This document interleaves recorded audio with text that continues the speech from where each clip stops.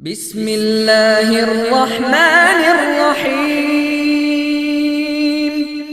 لقد صدق الله رسوله الرؤيا بالحق لتدخلن المسجد الحرام إن شاء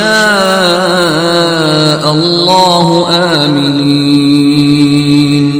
آمنين محلقين رؤوسكم ومقصرين لا تخافون فعلم ما لم تعلموا فجعل من دون ذلك فتحا قريبا هو الذي أرسل رسوله بالهدى ودين الحق ليظهره على الدين كله وكفى بالله شهيدا محمد رسول الله والذين معه أشداء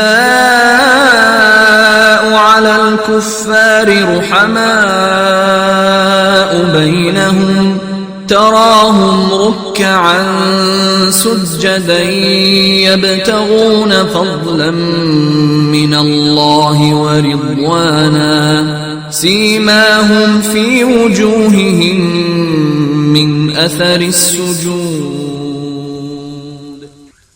السلام عليكم ورحمة الله وبركاته الحمد لله نحمده ونستعينه ونؤمن به ونتوكل عليه ونعوذ بالله من شرور أنفسنا ومن سيئات أعمالنا من يهده الله فلا مضل له ومن يضلل فلا هادي له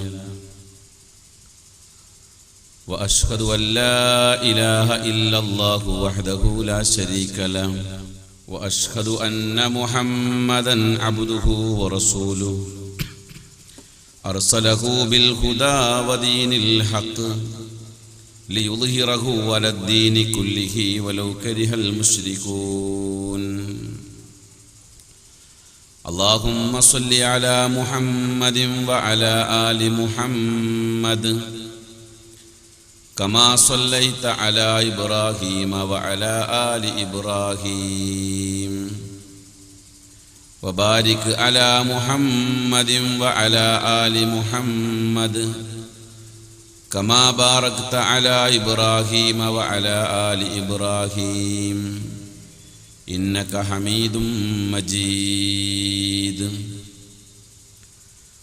أما بعد فإن خير الكلام كلام الله وخير السنن سنن محمد صلى الله عليه وسلم وشر الأمور محدثاتها وكل محدثة بدعة وكل بدعة ضلالة وكل ضلالة في النار أعوذ بالله من الشيطان الرجيم بسم الله الرحمن الرحيم يا أيها الذين آمنوا إن جاءكم فاسق بنبأ فتبينوا أن تصيبوا قوما بجهالة فتصبحوا على ما فعلتم نادمين يا أيها الذين آمنوا اتقوا الله حق تقاته ولا تموتن إلا وأنتم مسلمون ആദരണീയരായ രക്ഷിതാക്കളെ, സ്നേഹസമ്പന്നരായ നാട്ടുകാരെ, പ്രിയപ്പെട്ട ഇസ്ലാഹി പ്രവർത്തകരെ, സഹോദര സഹോദരിമാരെ, സർവശക്തനായ അല്ലാഹുവിന് തഖ്വ ചെയ്ത് ജീവിക്കാൻ ഓർമ്മപ്പെടുത്തുകയാണ്. നമ്മുടെ ഇഹപര വിജയത്തിനായി അള്ളാഹു നടപ്പിലാക്കാൻ നിർദ്ദേശിച്ച നിയമനിർദ്ദേശങ്ങൾ ജീവിതത്തിൻ്റെ എല്ലാ മേഖലകളിലും, പ്രത്യേകിച്ച് നമ്മുടെ രഹസ്യ ജീവിതങ്ങളിൽ സൂക്ഷിച്ച് പാലിച്ച് ജീവിക്കാനും അതുവഴി അള്ളാഹുവിൻ്റെ തൃപ്തിയും പൊരുത്തവും നേടുന്ന അടിമകളായി തീരുവാനും നാം ഓരോരുത്തരും ശ്രമിക്കുക, അതിനുവേണ്ടി പ്രവർത്തിക്കുക. അള്ളാഹു നമുക്കതിന് തൗഫീഖ് തന്ന് അനുഗ്രഹിക്കുമാറാകട്ടെ. സഹോദരങ്ങളെ, സുഹൃത്തുക്കളെ, ഈ പ്രദേശത്തെ കേരള നദ്വത്തുൽ മുജാഹിദീൻ്റെയും പോഷക ഘടകങ്ങളുടെയും ആഭിമുഖ്യത്തിൽ സംഘടിപ്പിക്കപ്പെട്ട ഒരു ഇസ്ലാഹി പ്രഭാഷണ വേദിയാണ്. കേരളത്തിൻ്റെ അങ്ങോളം ഇങ്ങോളം വിവിധങ്ങളായ വേദികളിൽ വെച്ചുകൊണ്ട് വാണിജ്യവൽക്കരിക്കപ്പെടുന്ന ആത്മീയതയ്ക്കെതിരെ ജനമുന്നേറ്റം എന്ന മുദ്രാവാക്യവുമായി ഇത്തിഹാദ് ശുബ്ബാനുൽ മുജാഹിദീൻ നടത്തിക്കൊണ്ടിരിക്കുന്ന ആദർശ വിശദീകരണ പരിപാടിയുടെ ഒരു ഭാഗം കൂടിയാണ് ഇവിടെ ഈ സംഘടിപ്പിച്ച ഈ പ്രോഗ്രാം കൊണ്ട് ലക്ഷ്യം വെച്ചിട്ടുള്ളത്. ഇവിടെ നമ്മൾ ചർച്ച ചെയ്യാൻ സംഘാടകർ തെരഞ്ഞെടുത്തിരിക്കുന്ന വിഷയം വിവാദ കേശം, വസ്തുതയും യാഥാർത്ഥ്യങ്ങളും എന്നുള്ളതാണ്. അങ്ങനൊരു വിഷയത്തിലേക്ക് നമുക്ക് കടക്കാം. അതിനു മുമ്പായി നാം അറിഞ്ഞിരിക്കേണ്ടുന്ന ചില കാര്യങ്ങൾ. ലോക അവസാനം വരെയുള്ള മനുഷ്യന്മാർക്ക് സൃഷ്ടാവിലേക്കുള്ള വഴി കാണിക്കാനുള്ള ഏക മതമാണ് ഇസ്ലാം മതം. ഇസ്ലാമാണ് മനുഷ്യനെ അവന്റെ സൃഷ്ടാവിലേക്ക് ശരിയായ ദിശയിലേക്ക് കൊണ്ടുപോകുന്നത്. ഈ ഇസ്ലാമിന്റെ പ്രത്യേകത എന്താ? ഒരുപാട് പ്രത്യേകതകൾ ഈ മഹത്തായ മതത്തിന് എണ്ണി പറയാൻ കഴിയും. എന്നാൽ ഇസ്ലാമിന്റെ മുമ്പിൽ എടുത്തു പറയാൻ കഴിയുന്ന ഒരു വലിയ പ്രത്യേകതയാണ് ഇസ്ലാം ആർക്കിടയിലും പ്രത്യേക വിവേചനം കൽപ്പിക്കുന്നില്ല എന്നുള്ളത്. ഒരൽപ്പം താടി നീട്ടി വളർത്തിയതിന്റെ പേരിലോ,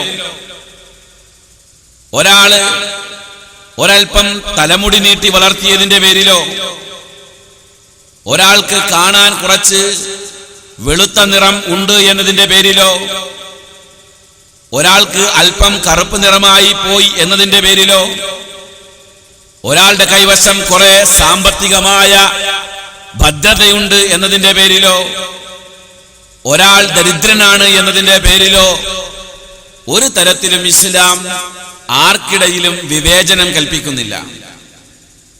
ഇസ്ലാം വിവേചനം കൽപ്പിക്കുന്നത് അള്ളാഹുവിന്റെ അടുക്കൽ ചില ആളുകൾക്ക് പ്രത്യേകതയുണ്ട് എന്ന് അള്ളാഹു പറയുന്നുണ്ട്.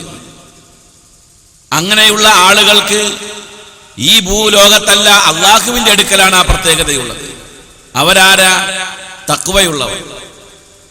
അപ്പൊ തഖ്വയുടെ അടിസ്ഥാനത്തിലാണ് മനുഷ്യന് നിലവാരമുണ്ടാക്കിയെടുക്കാൻ കഴിയുന്നത്. അള്ളാഹു പറഞ്ഞില്ലേ, ഇന്ന അക്രമക്കും ഇൻദല്ലാഹി അത്ഖാക്കും, നിങ്ങളുടെ കൂട്ടത്തിൽ ആദരണീയർ, അള്ളാഹുവിന്റെ അടുക്കൽ ആദരണീയർ, പ്രത്യേകതയുള്ളവർ ആരാ? അത്ഖാക്കും, നിങ്ങളിൽ കൂടുതൽ തഖ്വയുള്ളവരാണ്. റസൂലുള്ളാഹി സ്വല്ലല്ലാഹു അലൈഹി വസല്ലം അതുകൊണ്ട് തന്നെ ഈ ലോകത്തോട് പറഞ്ഞു, ലാ ഫളല ലി അറബിയ്യിൻ അലാ അജമിയ്യിൻ ഇല്ലാ ബിതഖ്വാ, അറബിക്ക് അനറബിയേക്കാൾ ഒരു ശ്രേഷ്ഠതയുമില്ല തഖ്വ കൊണ്ടല്ലാതെ. അറബി കുലത്തിൽ ജനിച്ചു, അറബ് രാജ്യത്ത് ജനിച്ചു, അല്ലെങ്കിൽ ഇന്ന കുടുംബത്തിൽ ജനിച്ചു, ഇന്നതെല്ലാം എനിക്കുണ്ട് എന്നൊക്കെ അവകാശപ്പെട്ടാലും തഖ്വയാണ് മനുഷ്യന് അള്ളാഹുവിന്റെ അടുക്കൽ പ്രത്യേകത കൽപ്പിക്കുന്ന പ്രധാനപ്പെട്ട ഘടകം. അതുകൊണ്ട് തന്നെ അള്ളാഹുവിന്റെ പരിശുദ്ധ ദീനിന് ഈ ആദർശം മുന്നോട്ട് പിടിച്ചുകൊണ്ട് വളരാൻ പ്രയാസമില്ല. കാരണം ഇസ്ലാം ഈ ലോകത്തെ വിഭാവനം ചെയ്യുന്നത് നിങ്ങളുടെ സൃഷ്ടാവായ അള്ളാഹുവിനെ ഭക്തിപൂർവം ആരാധിച്ചുകൊണ്ട് അള്ളാഹുവിനെ ഭയപ്പെട്ടുകൊണ്ട് ജീവിക്കുക. അതല്ലാതെ നിങ്ങൾ ജനിച്ച ചുറ്റുപാടുകളോ നിങ്ങൾ വളരുന്ന ചുറ്റുപാടുകളോ നിങ്ങളുടെ സാമ്പത്തിക ഭദ്രതയോ നിങ്ങളുടെ തൊലിപ്പുറത്തുള്ള വർണ്ണമോ നിങ്ങളുടെ കുടുംബ പശ്ചാത്തലമോ അതല്ലെങ്കിൽ നിങ്ങളുടെ വേഷവിധാനങ്ങളോ ഒന്നും അള്ളാഹു നോക്കുകയില്ല. എന്ന് മാത്രമല്ല, നാം അറിയണം, പൂർവകാല മുസ്ലിമീങ്ങൾ ഏറ്റവും കൂടുതൽ അഭിമാനം കൊണ്ടിരുന്നത് അവന്റെ കുടുംബമോ മഹിമയോ പറഞ്ഞുകൊണ്ടല്ല. പൂർവകാല മുസ്ലിമീങ്ങൾ ഇസ്ലാം സ്വീകരിച്ചു എന്ന ഒരൊറ്റ കാരണം കൊണ്ട് തന്നെ ഇസ്ലാമാണ് തനിക്ക് അഭിമാനം എന്ന് ചിന്തിച്ച ആളുകളാണ് മുൻഗാമികളായ വിശ്വാസികൾ.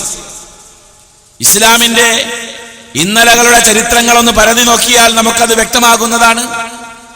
മഹാനായ റസൂലുള്ളാഹി സ്വല്ലല്ലാഹു അലൈഹി വസല്ലമയുടെ കാലശേഷം ഇസ്ലാമിക ഖിലാഫത്തിന്റെ രണ്ടാം ഭരണാധികാരിയായ ഉമർ ഇബ്നുൽ ഖത്താബ് റളിയല്ലാഹു അൻഹു ബഹുമാനപ്പെട്ട അബൂ ഉബൈദ റളിയല്ലാഹു അൻഹുവിന്റെ നേതൃത്വത്തിൽ ഒരു സൈന്യത്തെ പാലസ്തീനിലേക്ക് അയച്ച ചരിത്രം വളരെ സുവ്യക്തമാണ്.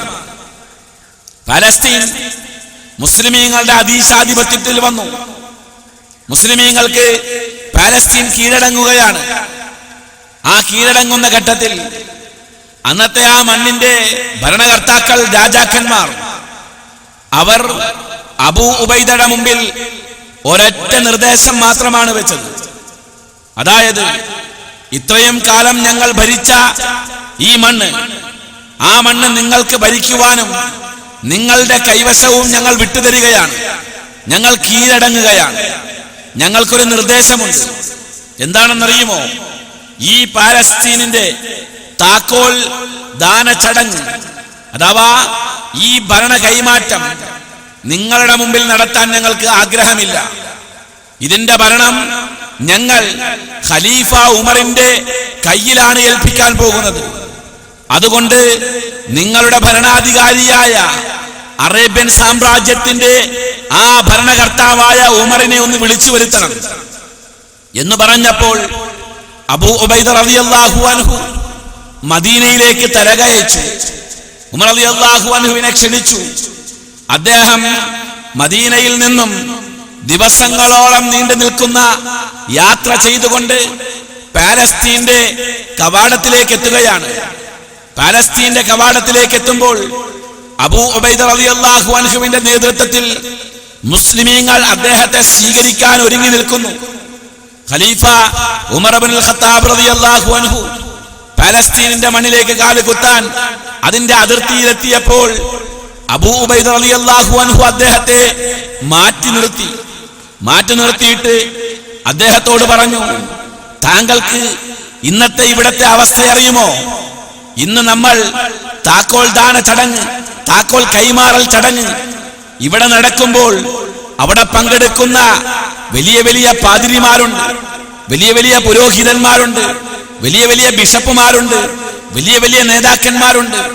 അടയാഭരണങ്ങളുടെ ഭംഗി പ്രദർശിപ്പിച്ചുകൊണ്ട് അവരുടെ അധികാരത്തിന്റെ ചെങ്കോലും കിരീടവും അവർ ധരിച്ചുകൊണ്ട് അവർ താങ്കളുടെ മുമ്പിൽ വന്നു നിൽക്കുമ്പോൾ അറേബ്യൻ സാമ്രാജ്യത്തിന്റെ ഭരണാധികാരിയെ അവർ കണ്ടിരിക്കുന്നത് 14 കഷ്ടം തുണി വെച്ച് തുന്നിയ ഈ വസ്ത്രം ധരിച്ചുകൊണ്ടല്ല അവർ കണ്ടിട്ടുള്ളത്. അവരുടെ സങ്കല്പത്തിലുള്ള ഭരണാധികാരി സർവ വിധത്തിലുള്ള ആഭരണങ്ങൾ അണിഞ്ഞ സർവാഭര വിദൂഷകനായ എല്ലാവിധ പ്രൗഢിയോടും കൂടിയുള്ള ഒരു മഹാരാജാവിനെയാണ് അവർ കണ്ടിരിക്കുന്നത്. അതുകൊണ്ട് തന്നെ താങ്കൾ വലിയൊരു ആഭരണം ധരിച്ചുകൊണ്ടോ വലിയൊരു വസ്ത്രം ധരിച്ചുകൊണ്ടോ വരാൻ ഞാൻ പറയുന്നില്ല. മറിച്ച് ഈ ധരിച്ചിരിക്കുന്ന ഈ കീറക്കുപ്പായം ഒന്ന് മാറ്റിയിട്ട് താങ്കൾ ഞങ്ങൾ കൊണ്ടുവന്നിരിക്കുന്ന ഈ വസ്ത്രം ധരിച്ചിട്ട് വരണം. അത് ഞങ്ങളുടെ അഭ്യർത്ഥനയാണ് എന്ന് മഹാനായ ഉമർ ഇബ്നുൽ ഖത്താബ് റളിയല്ലാഹു അൻഹുവിനോട് അബൂ ഉബൈദ റളിയല്ലാഹു അൻഹു പറഞ്ഞപ്പോൾ റസൂലുള്ളാഹി സ്വല്ലല്ലാഹു അലൈഹി വസല്ലമയിൽ നിന്നും മതം പഠിച്ച, ഇസ്ലാം പഠിച്ച, ഇസ്ലാമിനെ കുറിച്ച് മനസ്സിലാക്കിയ ഇസ്ലാമിക ഖിലാഫത്തിന്റെ രണ്ടാമത്തെ പ്രസിഡന്റായ ഉമർ ഇബ്നുൽ ഖത്താബ് റളിയല്ലാഹു അൻഹു അബൂ ഉബൈദയുടെ മുഖത്തേക്ക് അല്പം വേദനയോടുകൂടി നോക്കിയിട്ട് ചോദിച്ചു, അല്ലയോ അബൂ ഉബൈദ, താങ്കൾ തന്നെയാണോ ഈ പറയുന്നത്? താങ്കൾ തന്നെയാണോ ഈ പറയുന്നത്? താങ്കൾ അറിയണം, നഹ്നു ഖൗമുൻ അഅസ്സനല്ലാഹു ബിൽ ഇസ്ലാം, നാം ഇസ്ലാം കൊണ്ട് അഭിമാനിക്കുന്ന ആളുകളാണ്. നാം ഇസ്ലാം കൊണ്ട് അഭിമാനിക്കുന്ന ആളുകളാണ്. അതുകൊണ്ട് തന്നെ ഞാൻ ധരിച്ചിരിക്കുന്ന ഈ വസ്ത്രത്തിന്റെയോ എന്റെ ശരീരഭാഷയുടെയോ രൂപഭംഗിയുടെയോ നിറത്തിന്റെയോ മണത്തിന്റെയോ ഭാഗം നോക്കിയിട്ട് ആരും എനിക്ക് പാലസ്തീന്റെ അവകാശം തരേണ്ട. മറിച്ച് ഇസ്ലാം എന്ന് പറയുന്ന മഹിതമായ ഒരു ആദർശത്തെ പുൽകുന്നവരാണ് എന്ന ഒരൊറ്റ കാരണം കൊണ്ട് നമുക്കതിന്റെ ചടങ്ങുകളിലേക്ക് കടന്നാൽ മതി എന്ന് പഠിപ്പിച്ച മഹാനായ ഉമർ ഇബ്നുൽ ഖത്താബ് റളിയല്ലാഹു അൻഹു അടക്കമുള്ള സഹാബികൾ ഈ ലോകത്തെ പഠിപ്പിച്ചത് എന്താ? ഇസ്ലാം എന്ന് പറഞ്ഞാൽ വർണ്ണം കൊണ്ടോ നിറം കൊണ്ടോ കുലമഹിമ കൊണ്ടോ സാമ്പത്തിക ഭദ്രത കൊണ്ടോ വിദ്യാഭ്യാസം കൊണ്ടോ പഠിപ്പ് കൊണ്ടോ ഇസ്ലാമിൽ വിവേചനം ഉണ്ടാക്കാൻ കഴിയില്ല എന്നുള്ളതാണ് മഹാന്മാരായ ദീക്ഷണാശാലികളായ മുൻഗാമികൾ ഈ സമുദായത്തെ പഠിപ്പിച്ചത്. എന്നാൽ സഹോദരങ്ങളെ, ആ പഠിപ്പിച്ചിരിക്കുന്ന പാഠം അത് യഥാവിധി പിൽക്കാലഘട്ടത്തിലുള്ള മുസ്ലിമീങ്ങൾ നിറവേറിപ്പോന്നു. പക്ഷേ മുസ്ലിമീങ്ങളുടെ ഇത്തരത്തിലുള്ള കൂട്ടായ്മയുടെ മുന്നേറ്റം അത് തുടർന്നാൽ പല ആളുകൾക്കും നിലനിൽപ്പുണ്ടാവുകയില്ല എന്ന് അന്നത്തെ ഇസ്ലാമിക വിരോധികൾ മനസ്സിലാക്കി എന്നുള്ളത് ഒരു യാഥാർത്ഥ്യമാണ്. അവർ ചിന്തിച്ചു, ഇസ്ലാമിനെ തകർക്കാൻ എന്ത് ചെയ്യണം? ഇസ്ലാം എന്ന് പറയുന്ന മഹിത ആദർശത്തിന്റെ കടക്കൽ കത്തിവെക്കാൻ എന്ത് ചെയ്യണം? അവരാലോചിച്ചപ്പോൾ മുസ്ലിമീങ്ങളുടെ ഈ കൂട്ടായ്മ, മുസ്ലിമീങ്ങളുടെ ഈ ഐക്യബോധം, മുസ്ലിമീങ്ങളുടെ ഈ സംഘശക്തി, ഈ ശക്തി തകർക്കണം. ഈ ശക്തിക്ക് പിന്നിലുള്ള രഹസ്യം അവർക്കിടയിൽ വിവേചനം ഇല്ല എന്നുള്ളതാണ്. അവർക്കിടയിൽ വിവേചനം ഇല്ല എന്നുള്ളതാണ് മുസ്ലിമീങ്ങളുടെ ഈ സംഘശക്തിയുടെയും ഈ കൂട്ടായ്മയുടെയും കാരണം. അതുകൊണ്ട് തന്നെ അവർക്കിടയിൽ വിവേചനം ഉണ്ടാക്കണം. ഉണ്ടാക്കുവാൻ എന്താണ് തന്ത്രം? ഓരോ ആളുകളും ഓരോ തരത്തിലുള്ള തന്ത്രങ്ങൾ ആരാഞ്ഞു. പക്ഷേ ആ തന്ത്രങ്ങളൊന്നും ഫലിച്ചില്ല. പിൽക്കാലത്ത് വന്ന ആളുകളിൽ ചില ആളുകൾ, അബ്ദുല്ലാഹി ഇബ്നു സബഇനെ പോലെയുള്ള ചില ആളുകൾ റസൂലുള്ളാഹി സ്വല്ലല്ലാഹു അലൈഹി വസല്ലം ഈ സമുദായത്തിൽ ഉണ്ടാക്കി കൊടുത്ത ആ ഐക്യബോധത്തിന്റെ ഇടയിലേക്ക് കത്തിവെക്കാൻ വേണ്ടി തുനിഞ്ഞിറങ്ങിയപ്പോൾ അവർ ചെയ്തതെന്താ? ഭരണകർത്താവിനൊരു സ്ഥാനമുണ്ട്, ഭരണീയർ അവരുടെ താഴെയാണ്. പണ്ഡിതനൊരു സ്ഥാനമുണ്ട്, പാമരന് സ്ഥാനമില്ല. പണ്ഡിതന്റെ സ്ഥാനം പാമരന് കൊടുക്കരുത്, മുതലാളിയുടെ സ്ഥാനം തൊഴിലാളിക്ക് കൊടുക്കരുത്, ഭരണാധികാരിയുടെ സ്ഥാനം ഭരണീയർക്ക് കൊടുക്കരുത് എന്ന് തുടങ്ങുന്ന തരത്തിലുള്ള ആശയങ്ങൾ ഒരു തരത്തിലല്ലെങ്കിൽ മറ്റൊരർത്ഥത്തിൽ അവർ ഈ സമുദായത്തിന്റെ ഉള്ളിൽ ഇൻജക്ട് ചെയ്തു. നിങ്ങൾ അറിയണം, 4 ഖലീഫമാരുടെ ഖിലാഫത്തിന് ശേഷം, ആ ഖിലാഫത്തിന് ശേഷം പിന്നീട് വരുന്നത് കുടുംബഭരണമായിരുന്നു. കുടുംബഭരണം വന്നു. ആ കുടുംബഭരണം, സ്വന്തം മക്കളുടെ തായ് വഴി വരുന്ന ഭരണം. ആ ഭരണത്തിന് ശേഷം അബ്ബാസിയ കാലഘട്ടത്തിന് ശേഷം പിന്നെ രാജാധികാരം വന്നു, രാജഭരണം വന്നു ഇസ്ലാമിൽ. ഈ രാജഭരണം, രാജാവ് പ്രജകൾ എന്ന് പറയുന്ന വേർതിരിവ് ഇസ്ലാമിൽ ഉണ്ടാക്കിയെടുത്തു. അതെല്ലാം ഇബ്നു സബഇനെ പോലെയുള്ള ദുഷ്ടശക്തികളുടെ കൂർത്ത മുനയുള്ള വക്രബുദ്ധി കൊണ്ട് ചിന്തിച്ചുണ്ടാക്കിയ ദുർബലപ്പെട്ട ഒരാശയമായിരുന്നു. പക്ഷേ ആ ആശയം അവർ നടപ്പിലാക്കിയപ്പോൾ പഴയ കാലഘട്ടത്തിൽ ജൂതന്മാർക്കിടയിൽ നടപ്പിലാക്കി വിജയിച്ച ഒരു ആദർശം, പഴയ കാലഘട്ടത്തിൽ ക്രൈസ്തവർക്കിടയിൽ പരീക്ഷിച്ചുകൊണ്ട് വിജയിച്ച ഒരു തത്വം, ആ തത്വം മുസ്ലിമീങ്ങൾക്കിടയിൽ പരീക്ഷിക്കുവാൻ വേണ്ടി അവർ തുനിഞ്ഞിറങ്ങി. ആ പരീക്ഷണത്തിന്റെ ഭാഗമാണ് ഇസ്ലാമിക ചരിത്രത്തിൽ ഇല്ലാത്ത ഒരു അധ്യായമുണ്ടായത്. അതായത് ഇസ്ലാമിൽ പൗരോഹിത്യം കടന്നു വന്നു. പൗരോഹിത്യം ഇസ്ലാമിലേക്ക് കടന്നു വന്നു. ഞാനിത് പറയുന്നത് കൃത്യമായ അവബോധത്തോടു കൂടി തന്നെയാണ്. ഇസ്ലാമിൽ പൗരോഹിത്യമില്ല എന്നുള്ളത് ആരാണ് പഠിപ്പിച്ചത്? നബി കരീം സല്ലല്ലാഹു അലൈഹി വസല്ലം പഠിപ്പിച്ചതാണ്. ലാ റഹ്ബാനിയത ഫിൽ ഇസ്ലാം. ഇസ്ലാമിൽ പൗരോഹിത്യമില്ല. പൗരോഹിത്യം എന്ന് പറഞ്ഞാൽ എന്താണ് അതിന്റെ ആശയം? അതായത് മതനിയമങ്ങൾ, മതത്തെ കൈകാര്യം ചെയ്യാൻ ഒരു വിഭാഗം പ്രത്യേകം ആളുകൾ, അവർ പറയുന്നതിൽ നിന്നും മതം കേൾക്കണം, അവർ പറയുന്ന മതം പഠിക്കണം, അവർക്ക് പല കാര്യങ്ങളും ഹലാലാക്കാനുള്ള അനുവാദമുണ്ട്, അവർക്ക് പല കാര്യങ്ങളും ഹറാമാക്കാനുള്ള അനുവാദമുണ്ട്. അവർക്ക് മതത്തിന്റെ വിഷയത്തിൽ സാധാരണക്കാരെ ഇടപെടുത്താൻ അവർക്ക് പാടില്ല. അവർ സാധാരണക്കാർ മതത്തിന്റെ വിഷയത്തിൽ ഇടപെടാൻ പാടില്ല എന്ന് തുടങ്ങുന്ന ദുഷിച്ച ചിന്താഗതികളുള്ള പൗരോഹിത്യം ഇസ്ലാമിൽ വേര് പിടിപ്പിക്കാനുള്ള ശ്രമം, ആ ശ്രമം ഒരു കാലഘട്ടം വരെ വിജയിച്ചില്ല. പക്ഷേ പ്രിയമുള്ള സഹോദരങ്ങളെ, പ്രിയപ്പെട്ട സുഹൃത്തുക്കളെ, നാട്ടുകാരെ, നാം അറിയണം, ആ ശ്രമം പിൽക്കാലഘട്ടത്തിൽ ഇസ്ലാമിക സമൂഹത്തിൽ, ഇസ്ലാമിക മുസ്ലിം ഉമ്മത്തിന്റെ ഇടയിൽ അറിവ് കുറഞ്ഞു വന്നപ്പോൾ ഈ ശ്രമം വിജയിക്കുവാൻ തുടങ്ങി. മുസ്ലിമീങ്ങൾക്കിടയിൽ പൗരോഹിത്യം എന്ന് പറയുന്ന ഒരു സംഗതി ഉണ്ടാകാൻ തുടങ്ങി. അതായത് പണ്ഡിതൻ വേറെ, പണ്ഡിതരല്ലാത്തവർ വേറെ, അറിവുള്ളവൻ വേറെ, അറിവില്ലാത്തവർ വേറെ എന്ന വിവേചനം മുസ്ലിമീങ്ങൾക്കിടയിൽ ഉണ്ടാകാൻ തുടങ്ങി. അറിവുള്ളവൻ ഒരു കോലം, അറിവില്ലാത്തവന് വേറൊരു കോലം. അറിവുള്ളവനെ അറിവില്ലാത്തവൻ ആദരിച്ചു കൊള്ളണം, അവനെ പേറിക്കൊള്ളണം, അവന്റെ എല്ലാ കാര്യങ്ങളും അറിവില്ലാത്തവൻ വഹിച്ചു കൊള്ളണം എന്ന് തുടങ്ങുന്ന ആശയങ്ങൾ വാക്കുകൊണ്ടോ രേഖകൾ കൊണ്ടോ രേഖപ്പെടുത്തുകയോ പറയുകയോ ചെയ്തില്ലെങ്കിൽ തന്നെയും അത് അലിഖിതമായി ഇവിടെ ഉണ്ടായിപ്പോയി. സഹോദരങ്ങളെ, അതിന്റെ പശ്ചാത്തലത്തിൽ ഇസ്ലാമിക സമൂഹത്തിൽ മുസ്ലിമീങ്ങൾക്കിടയിൽ എന്തെന്തായി? അതാണ് അറിയേണ്ടത്. മുസ്ലിമീങ്ങൾക്കിടയിൽ മതമറിയാത്ത ആളുകളുണ്ടായി. അവരെന്ത് ചെയ്തു? അവർ ചിന്തിക്കുന്നത് പലതും മതമാണ് എന്ന് ചിന്തിച്ചു.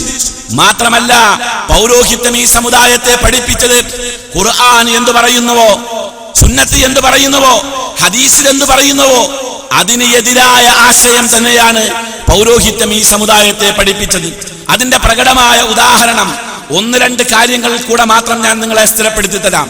അതിന്റെ ഒന്നാമത്തെ ഉദാഹരണം വിശുദ്ധ ഖുർആനിൽ അള്ളാഹു പറയുന്നുണ്ട്, വളരെ വ്യക്തമായി തന്നെ അള്ളാഹു പറയുന്നുണ്ട്, ഇന്നമാ യഖ്ശല്ലാഹ മിൻ ഇബാദിഹിൽ ഉലമാ, ഇന്നമാ യഖ്ശല്ലാഹ മിൻ ഇബാദിഹിൽ ഉലമാ. നിശ്ചയം അള്ളാഹുവിന്റെ അടിമകളിൽ നിന്നും അള്ളാഹുവിനെ ഭയപ്പെടുന്നത് പണ്ഡിതന്മാരാണ്. അള്ളാഹുവിന്റെ അടിമകളിൽ നിന്നും അള്ളാഹുവിനെ ഭയപ്പെടുന്നത് പണ്ഡിതന്മാരാ. ഇത് വിശുദ്ധ ഖുർആനിന്റെ വ്യക്തമായൊരു ഭാഗമാണ്. എന്നാൽ സഹോദരങ്ങളെ, ഈ അടുത്ത കാലത്ത് നമ്മുടെ കേരളത്തിലെ മലപ്പുറം ജില്ലയിലെ ഒരു സലാത്ത് നഗറുണ്ട്. മലപ്പുറം ജില്ലയിൽ ഒരു സലാത്ത് നഗർ റമദാൻ മാസം 27-ാം രാവിന് നാട്ടിലെ പാവങ്ങളായ ആളുകളെ വിളിച്ചു ചേർത്തുകൊണ്ട് നടത്തുന്ന വലിയൊരു സലാത്ത് നാടകം. അവിടെ നിന്ന് ഇറങ്ങുന്ന ഒരു പ്രസിദ്ധീകരണമാണ്, ഒരു മാഗസിനാണ് മഅദിൻ അൽ ഖൗമിയ. അതിന്റെ ഫോട്ടോ കോപ്പിയാണ് ഈ മഅദിൻ അൽ ഖൗമിയ. ഇതിന്റെ ഇന്നത്തെ AP വിഭാഗം സമസ്തയുടെ പ്രസിഡന്റായ ഉള്ളാൾ അബ്ദുറഹ്മാൻ കുഞ്ഞിക്കോയ തങ്ങൾ, ഈ ഉള്ളാൾ അബ്ദുറഹ്മാൻ തങ്ങളുമായിട്ടുള്ള അഭിമുഖം. ആ അഭിമുഖത്തില് ചോദ്യം ഇതാണ്: പഴയ കാലത്തൊക്കെ പണ്ഡിതന്മാരുടെ മുമ്പിൽ രാഷ്ട്രീയക്കാർ വന്നു നിൽക്കും. പണ്ഡിതന്മാരുടെ നിർദ്ദേശം കേൾക്കാൻ പഴയ കാലങ്ങളിൽ രാഷ്ട്രീയക്കാർ വരും. എന്നാൽ ഇപ്പോൾ അങ്ങനെയല്ലല്ലോ എന്ന തരത്തിലുള്ള ഒരു ചോദ്യം. ആ ചോദ്യത്തിന് ഉള്ളാൾ അബ്ദുറഹ്മാൻ തങ്ങൾ, ഉള്ളാളം തങ്ങൾ എന്ന് പറയുന്ന ആൾ പ്രതികരിക്കുന്നത് കേൾക്കണം. അത് പ്രതികരിക്കുന്നത് ഞാനിവിടെ വായിക്കുമ്പോൾ ഇന്നമാ യഖ്ശല്ലാഹ മിൻ ഇബാദിഹിൽ ഉലമാ എന്ന ആ ആയത്ത്, അതിന്റെ ആശയം നിങ്ങളുടെ മനസ്സിലുണ്ടാകണം. അള്ളാനെ പേടിക്കുന്നത് പണ്ഡിതന്മാരാണ്, ഇതാണ് ആയത്തിന്റെ ആശയം. എന്നാൽ ഇവിടെ കേൾക്കുക, പണ്ഡിതന്മാരുടെ കതകിന് മുമ്പിൽ കാത്തു നിൽക്കേണ്ടവരാണ് രാഷ്ട്രീയക്കാർ, അല്ലാതെ രാഷ്ട്രീയക്കാരുടെ തീരുമാനമനുസരിച്ച് ദീൻ വ്യാഖ്യാനിക്കേണ്ടവരല്ല പണ്ഡിതന്മാർ. എന്നിട്ട് അടുത്ത വരി കേൾക്കുക, ഭക്തന്മാരായ പണ്ഡിതന്മാരെ അല്ലാഹു തആല വരെ ഭയപ്പെടുന്നു. പണ്ഡിതന്മാരെ ആരാ ഭയപ്പെടുന്നത്? അല്ലാഹ് ഭയപ്പെടുന്നു. പണ്ഡിതന്മാരെ അല്ലാഹ്ക്ക് പേടിയാണ്. ഖുർആൻ എന്താ പറഞ്ഞത്? അല്ലാഹനെ പണ്ഡിതന്മാർക്ക് പേടിയാണ്. പണ്ഡിതന്മാരാണ് ശരിക്കും അല്ലാഹുവിനെ ഭയപ്പെടുന്നവർ. ഇവിടെ പറയുന്നതോ പണ്ഡിതന്മാരെ അല്ലാഹ്ക്ക് പേടിയാണ്. എന്തൊരു വിരോധാഭാസം, എന്തൊരു വിരോധാഭാസം! അതാണ് ഞാൻ പറഞ്ഞത്.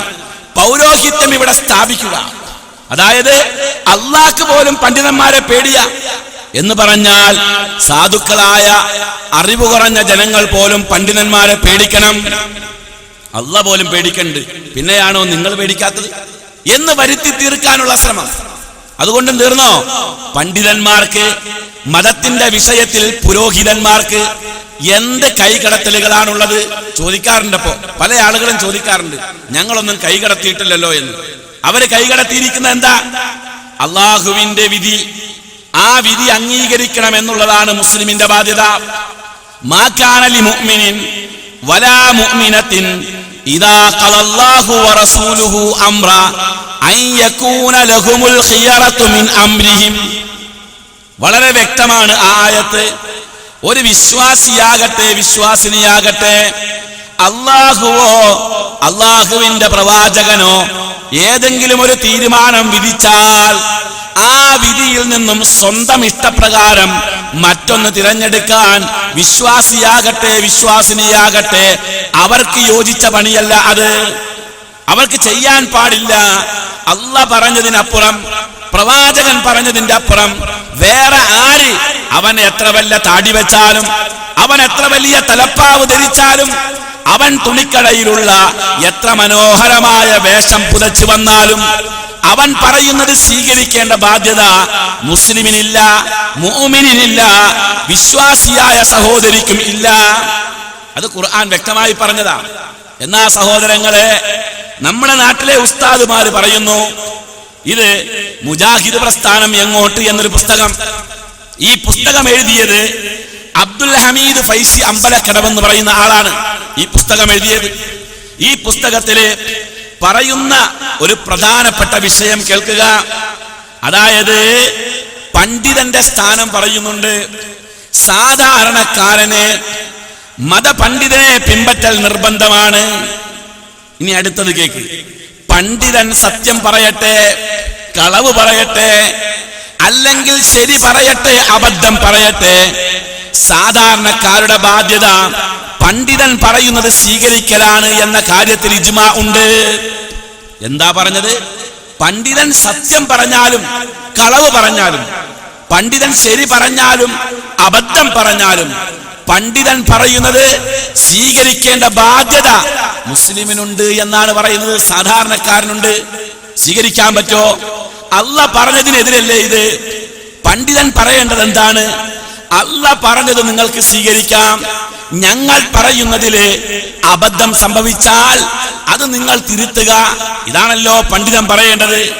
അള്ളാഹു പറഞ്ഞതിന് എതിര് പറയുക, അത് പണ്ഡിതന്റെ സ്വഭാവം. ഇനിയോ, പണ്ഡിതന്മാർക്ക് ഇസ്ലാമിക ചരിത്രത്തില് പണ്ഡിതന്മാർക്കൊരു വേഷം, ഇസ്ലാമിക ചരിത്രത്തിൽ പണ്ഡിതന്മാർക്കൊരു വേഷം, അത് സാധാരണക്കാരൻ ധരിക്കാൻ പാടില്ല.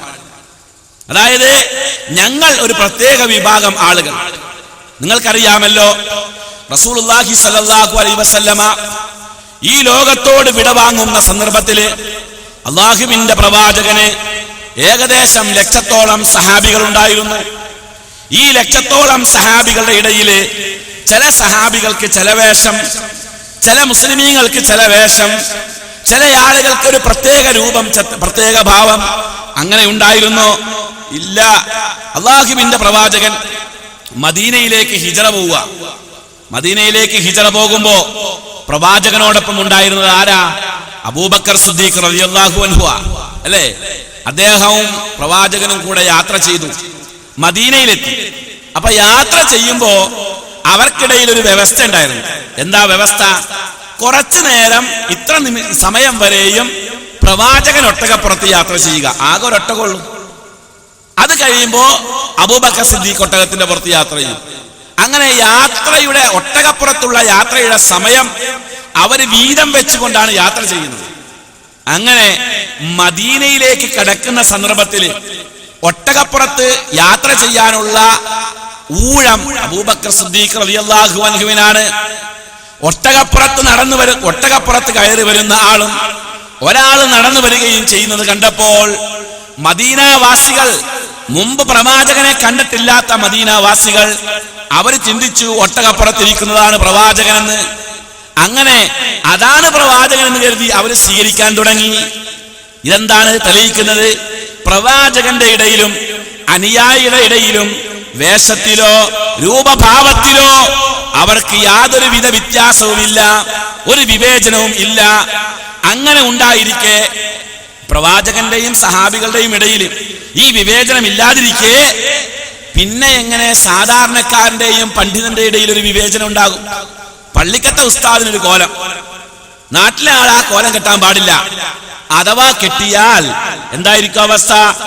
നാട്ടിലെ ഒരാള് സാധാരണക്കാരായ മനുഷ്യൻ പള്ളിക്കത്തെ ഉസ്താദിനെ പോലെ താടിയൊക്കെ വെച്ച്, പള്ളിക്കത്തെ ഉസ്താദിനെ പോലെ തലയെക്കെട്ടൊക്കെ കെട്ടി, പള്ളിക്കത്തെ ഉസ്താദിനെ പോലെ ഷാളൊക്കെ തോളത്തിട്ട് അങ്ങ് നടന്നു വന്നു കഴിഞ്ഞാൽ എന്തായിരിക്കും അവസ്ഥ?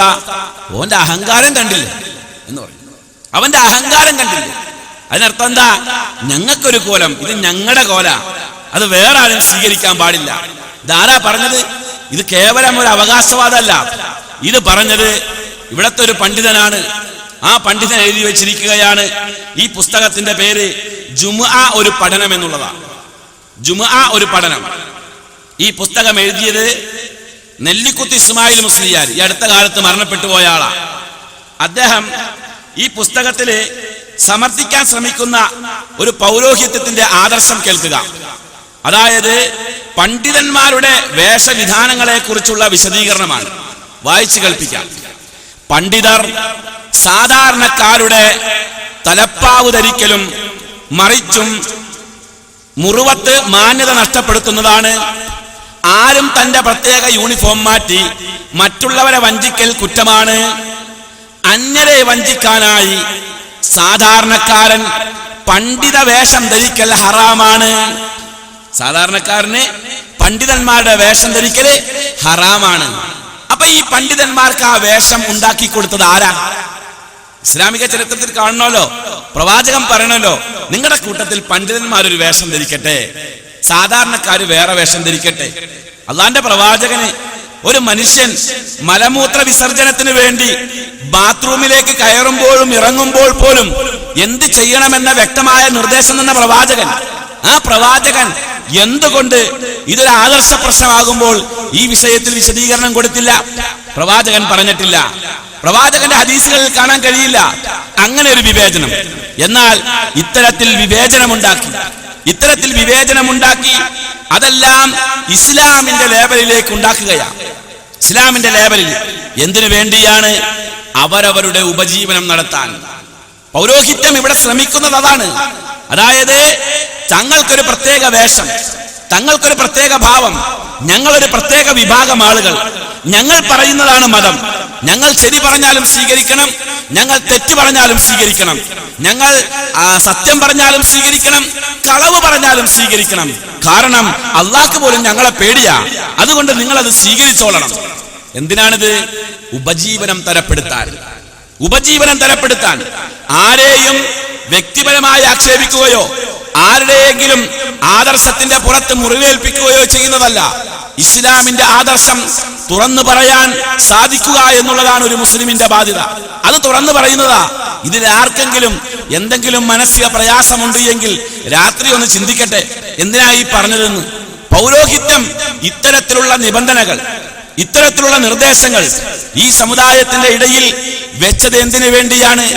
അവരുടെ ഉപജീവനം നടപ്പിലാക്കാൻ വേണ്ടി. അങ്ങനെയുള്ള ആളുകളെ കുറിച്ച് അള്ളാഹു വ്യക്തമായി പറയുന്നുണ്ട്, ഇന്നല്ലദീന യക്തുമൂന മാ അൻസലല്ലാഹു മിനൽ കിതാബ്.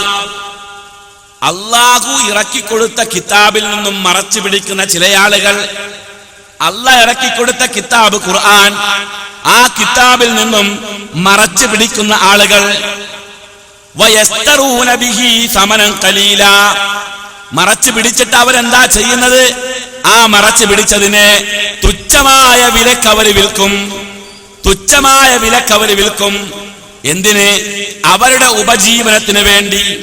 അവരെ കുറിച്ച് അല്ലാഹ് പറഞ്ഞു, ഉലൈക മാ യഅകുലൂന ഫീ ബുതൂനിഹിം ഇല്ലന്നാർ.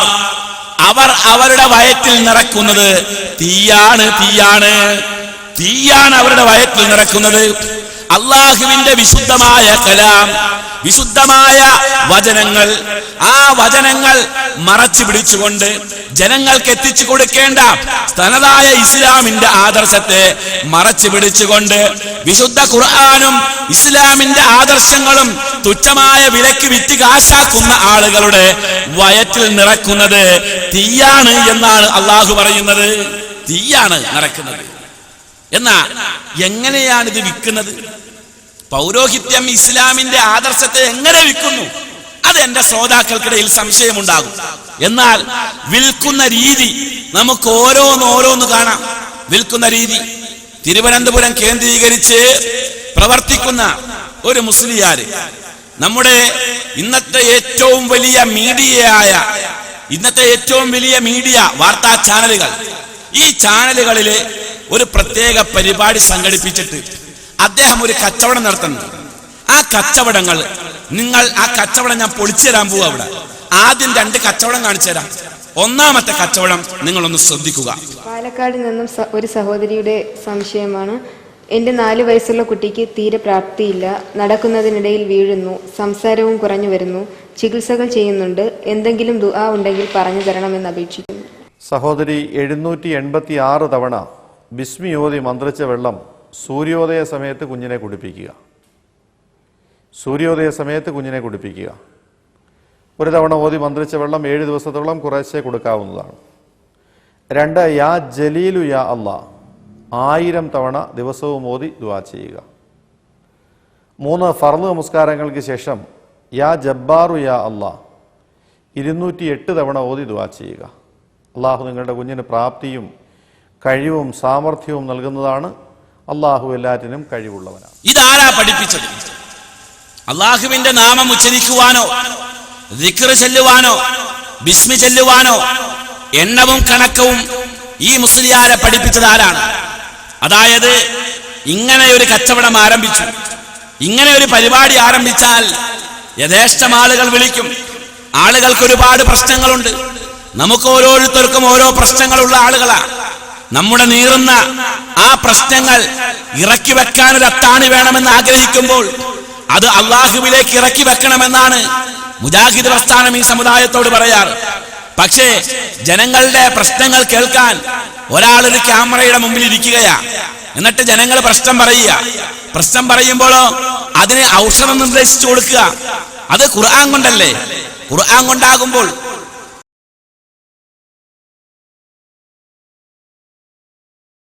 സഹോദരങ്ങളെ ശ്രദ്ധിക്കുക. അപ്പോൾ ഒരാൾക്കൊരു പ്രയാസം ഉണ്ടാകുമ്പോൾ ആ പ്രയാസം വിളിച്ച് പറയാ. അപ്പൊ അത് കേൾക്കാൻ ഒരാൾ, അതും ക്യാമറയുടെ മുമ്പിൽ ഇരിക്കുക. എന്നിട്ട് താൻ നിർദ്ദേശിച്ചു കൊടുക്കുക. 786 പ്രാവശ്യം ബിസ്മി ചൊല്ലിയാ മതി, ഇത്ര പ്രാവശ്യം യാ ജബ്ബാർ ചൊല്ലിയാ മതി, ഇത്ര പ്രാവശ്യം ഇങ്ങനെ ചെയ്താൽ മതി, പ്രശ്നങ്ങൾക്ക് പരിഹാരം ഉണ്ടാക്കാൻ കഴിയും. ഈ ഇങ്ങനെ ചൊല്ലിയാൽ മതി എന്ന് നിർദ്ദേശിക്കുമ്പോൾ ഇവിടെ എവിടെയാ മൗലവി കച്ചവടം? ആളുകൾക്ക് സംശയം ഉണ്ടാകും. ഇവിടെ എവിടെയാ മൗലവി കച്ചവടം? കച്ചവടത്തിന്റെ രൂപം വ്യക്തമായി കാണിച്ചു തരാം. അടുത്ത ഒരു പ്രശ്ന പരിഹാരം കൂടെ കേൾക്കുക. അതൊക്കെ നമുക്ക് നാടൻ ശൈലി തീർക്കാൻ പറ്റുന്ന ഒരു പ്രശ്ന പരിഹാര. അതിന് ഇയാൾ ഖുർആൻ കൊണ്ടും അതേപോലെ ആയത്തുകൾ കൊണ്ടും കച്ചവടം ചെയ്യുന്നുണ്ട്. ആ രീതി കൂടെ നിങ്ങളൊന്ന് കണ്ടു നോക്കൂ. മൗലവിയോട് അടുത്തതായി സംശയം ചോദിച്ചിരിക്കുന്നത് മുസ്തഫ കാസർഗോഡ് നിന്നുമാണ്. വീട്ടിലേക്ക് എപ്പോഴും തവളകൾ കടന്നു വരുന്നു, അതിൽ എന്തെങ്കിലും ദോഷമുണ്ടോ എന്നാണ് ചോദിച്ചിരിക്കുന്നത്. അടുത്ത കത്തുകൂടി വായിക്കുക. എൻ്റെ വീട്ടിൽ കടുത്ത എലിശല്യമാണ്, ഒരു പോംവഴി നിർദ്ദേശിച്ചു തരണമെന്നാണ് പറയുന്നത്. പാച്ചല്ലൂർ നിന്നും അഹമ്മദ് മൗലവി. എലിയും തവളയും ഒക്കെ കൊണ്ട് ബുദ്ധിമുട്ടുന്നവർ നിങ്ങളുടെ അഡ്രസ്സ് എഴുതിയ കവർ വയ്ക്കുക, 10 രൂപയുടെ സ്റ്റാമ്പും അയക്കുക. അല്പ ദീർഘമായ ദുആക്കളാണ്. ഇൻഷാ അല്ലാഹ് എഴുതി അയച്ചു തരുന്നതാണ്. അള്ളാഹു ഇത്തരം ശല്യങ്ങളിൽ നിന്ന് നമ്മയും നമ്മുടെ കുടുംബത്തിലെല്ലാവരെയും കാത്തുരക്ഷിക്കുമാറാകട്ടെ. ശല്യത്തിൽ നിന്ന് കാക്കാൻ പോവാണ്. എലിശല്യം വന്നപ്പോ സംശയം, എലിശല്യം ഉണ്ട്, എന്ത് ചെയ്യണം? അപ്പോ ചോദ്യത്തിന് മറുപടി കൊടുക്കുകയാണ് എന്ത്? ഒരു 10 രൂപയുടെ സ്റ്റാമ്പ് ഒട്ടിക്കും. അപ്പൊ സ്വാഭാവികമായും നമ്മൾ കരുതും ആ കവറിൽ കുറച്ച് എലിവിഷം തിരിച്ച് അയച്ചു കൊടുക്കാനായിരിക്കുന്നത് അല്ലേ? പക്ഷെ അങ്ങനെയല്ല. അതിന് പ്രത്യേക ദുആ ഉണ്ട്. അത് പറഞ്ഞു കൊടുത്താൽ പറ്റില്ല, എഴുതി കൊടുക്കണം. എന്നാൽ എലിശല്യമുണ്ട് എന്ന് പറഞ്ഞാൽ നമ്മൾ സാധാരണ ചെയ്യുന്ന വഴി എന്താ? ഒരു വീട്ടിൽ എലിശല്യം ഉണ്ടെങ്കിൽ ഒരു എലിപ്പെട്ടി മേടിച്ചു വെക്കണം എന്ന് പറഞ്ഞാൽ പോരെ? അതാണല്ലോ ഏറ്റവും സൗകര്യം. ഒരു എലിപ്പെട്ടി മേടിച്ചു വെക്കുക, കുറച്ച് എലിവിഷം വെക്കുക, ശല്യം തീർന്നു കിട്ടും. തവള കയറി വരുന്ന വാതിലുകളും വഴികളൊക്കെ ഒന്ന് അടച്ചു വെക്കുക. ഇതിന് പ്രത്യേകമായ ഒരു ദുആ ഉണ്ട് പോലും. ഈ ദുആ ആരിരുന്നു? ഈ പ്രാർത്ഥന ആര് പ്രാർത്ഥിച്ചു? അള്ളാഹുവിന്റെ പ്രവാചകൻ പ്രാർത്ഥിച്ചോ? പ്രവാചകന്റെ സഹാബികൾ പ്രാർത്ഥിച്ചോ? ഇങ്ങനെ എലി ശല്യം ഉണ്ടായി, തവള ശല്യം ഉണ്ടായി, കൃമികീടങ്ങളുടെ ശല്യം ഉണ്ടായി.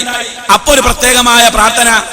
ഇതാണ് പൗരോഹിത്യത്തിന്റെ ആ കരാളഹസ്തത്തിന്റെ രൂപം. ഇത് ഈ സമുദായത്തിൽ വേരൂന്നാൻ പോവുക. അപ്പൊ ഇങ്ങനെ ഓരോന്ന് ചോദിക്കുമ്പോ ചോദ്യത്തിന് ഇങ്ങനെ മറുപടി പറയും. ഇന്ന ആയത്ത് ഓതിയാ മതി, ഇന്ന പ്രാർത്ഥന നടത്തിയാ മതി, ഇന്ന രീതിയിലൂടെ നീങ്ങിയാ മതി. ഇങ്ങനെ നിർദ്ദേശങ്ങൾ ഒരു 100,000 നിർദ്ദേശമാകുമ്പോ ആ നിർദ്ദേശങ്ങളെല്ലാം ഒരു പുസ്തകമാകും. ആ നിർദ്ദേശങ്ങളൊക്കെ ഒരു പുസ്തകമാകും. അപ്പൊ ഒരു കച്ചവടം നടക്കും. അതാണ് കാണാൻ പോകുന്നത്. നിർദ്ദേശങ്ങളെല്ലാം ഇനി സമാഹരിക്കുന്ന രീതിയുണ്ട്, അതുകൂടെ കണ്ടു നോക്കൂ.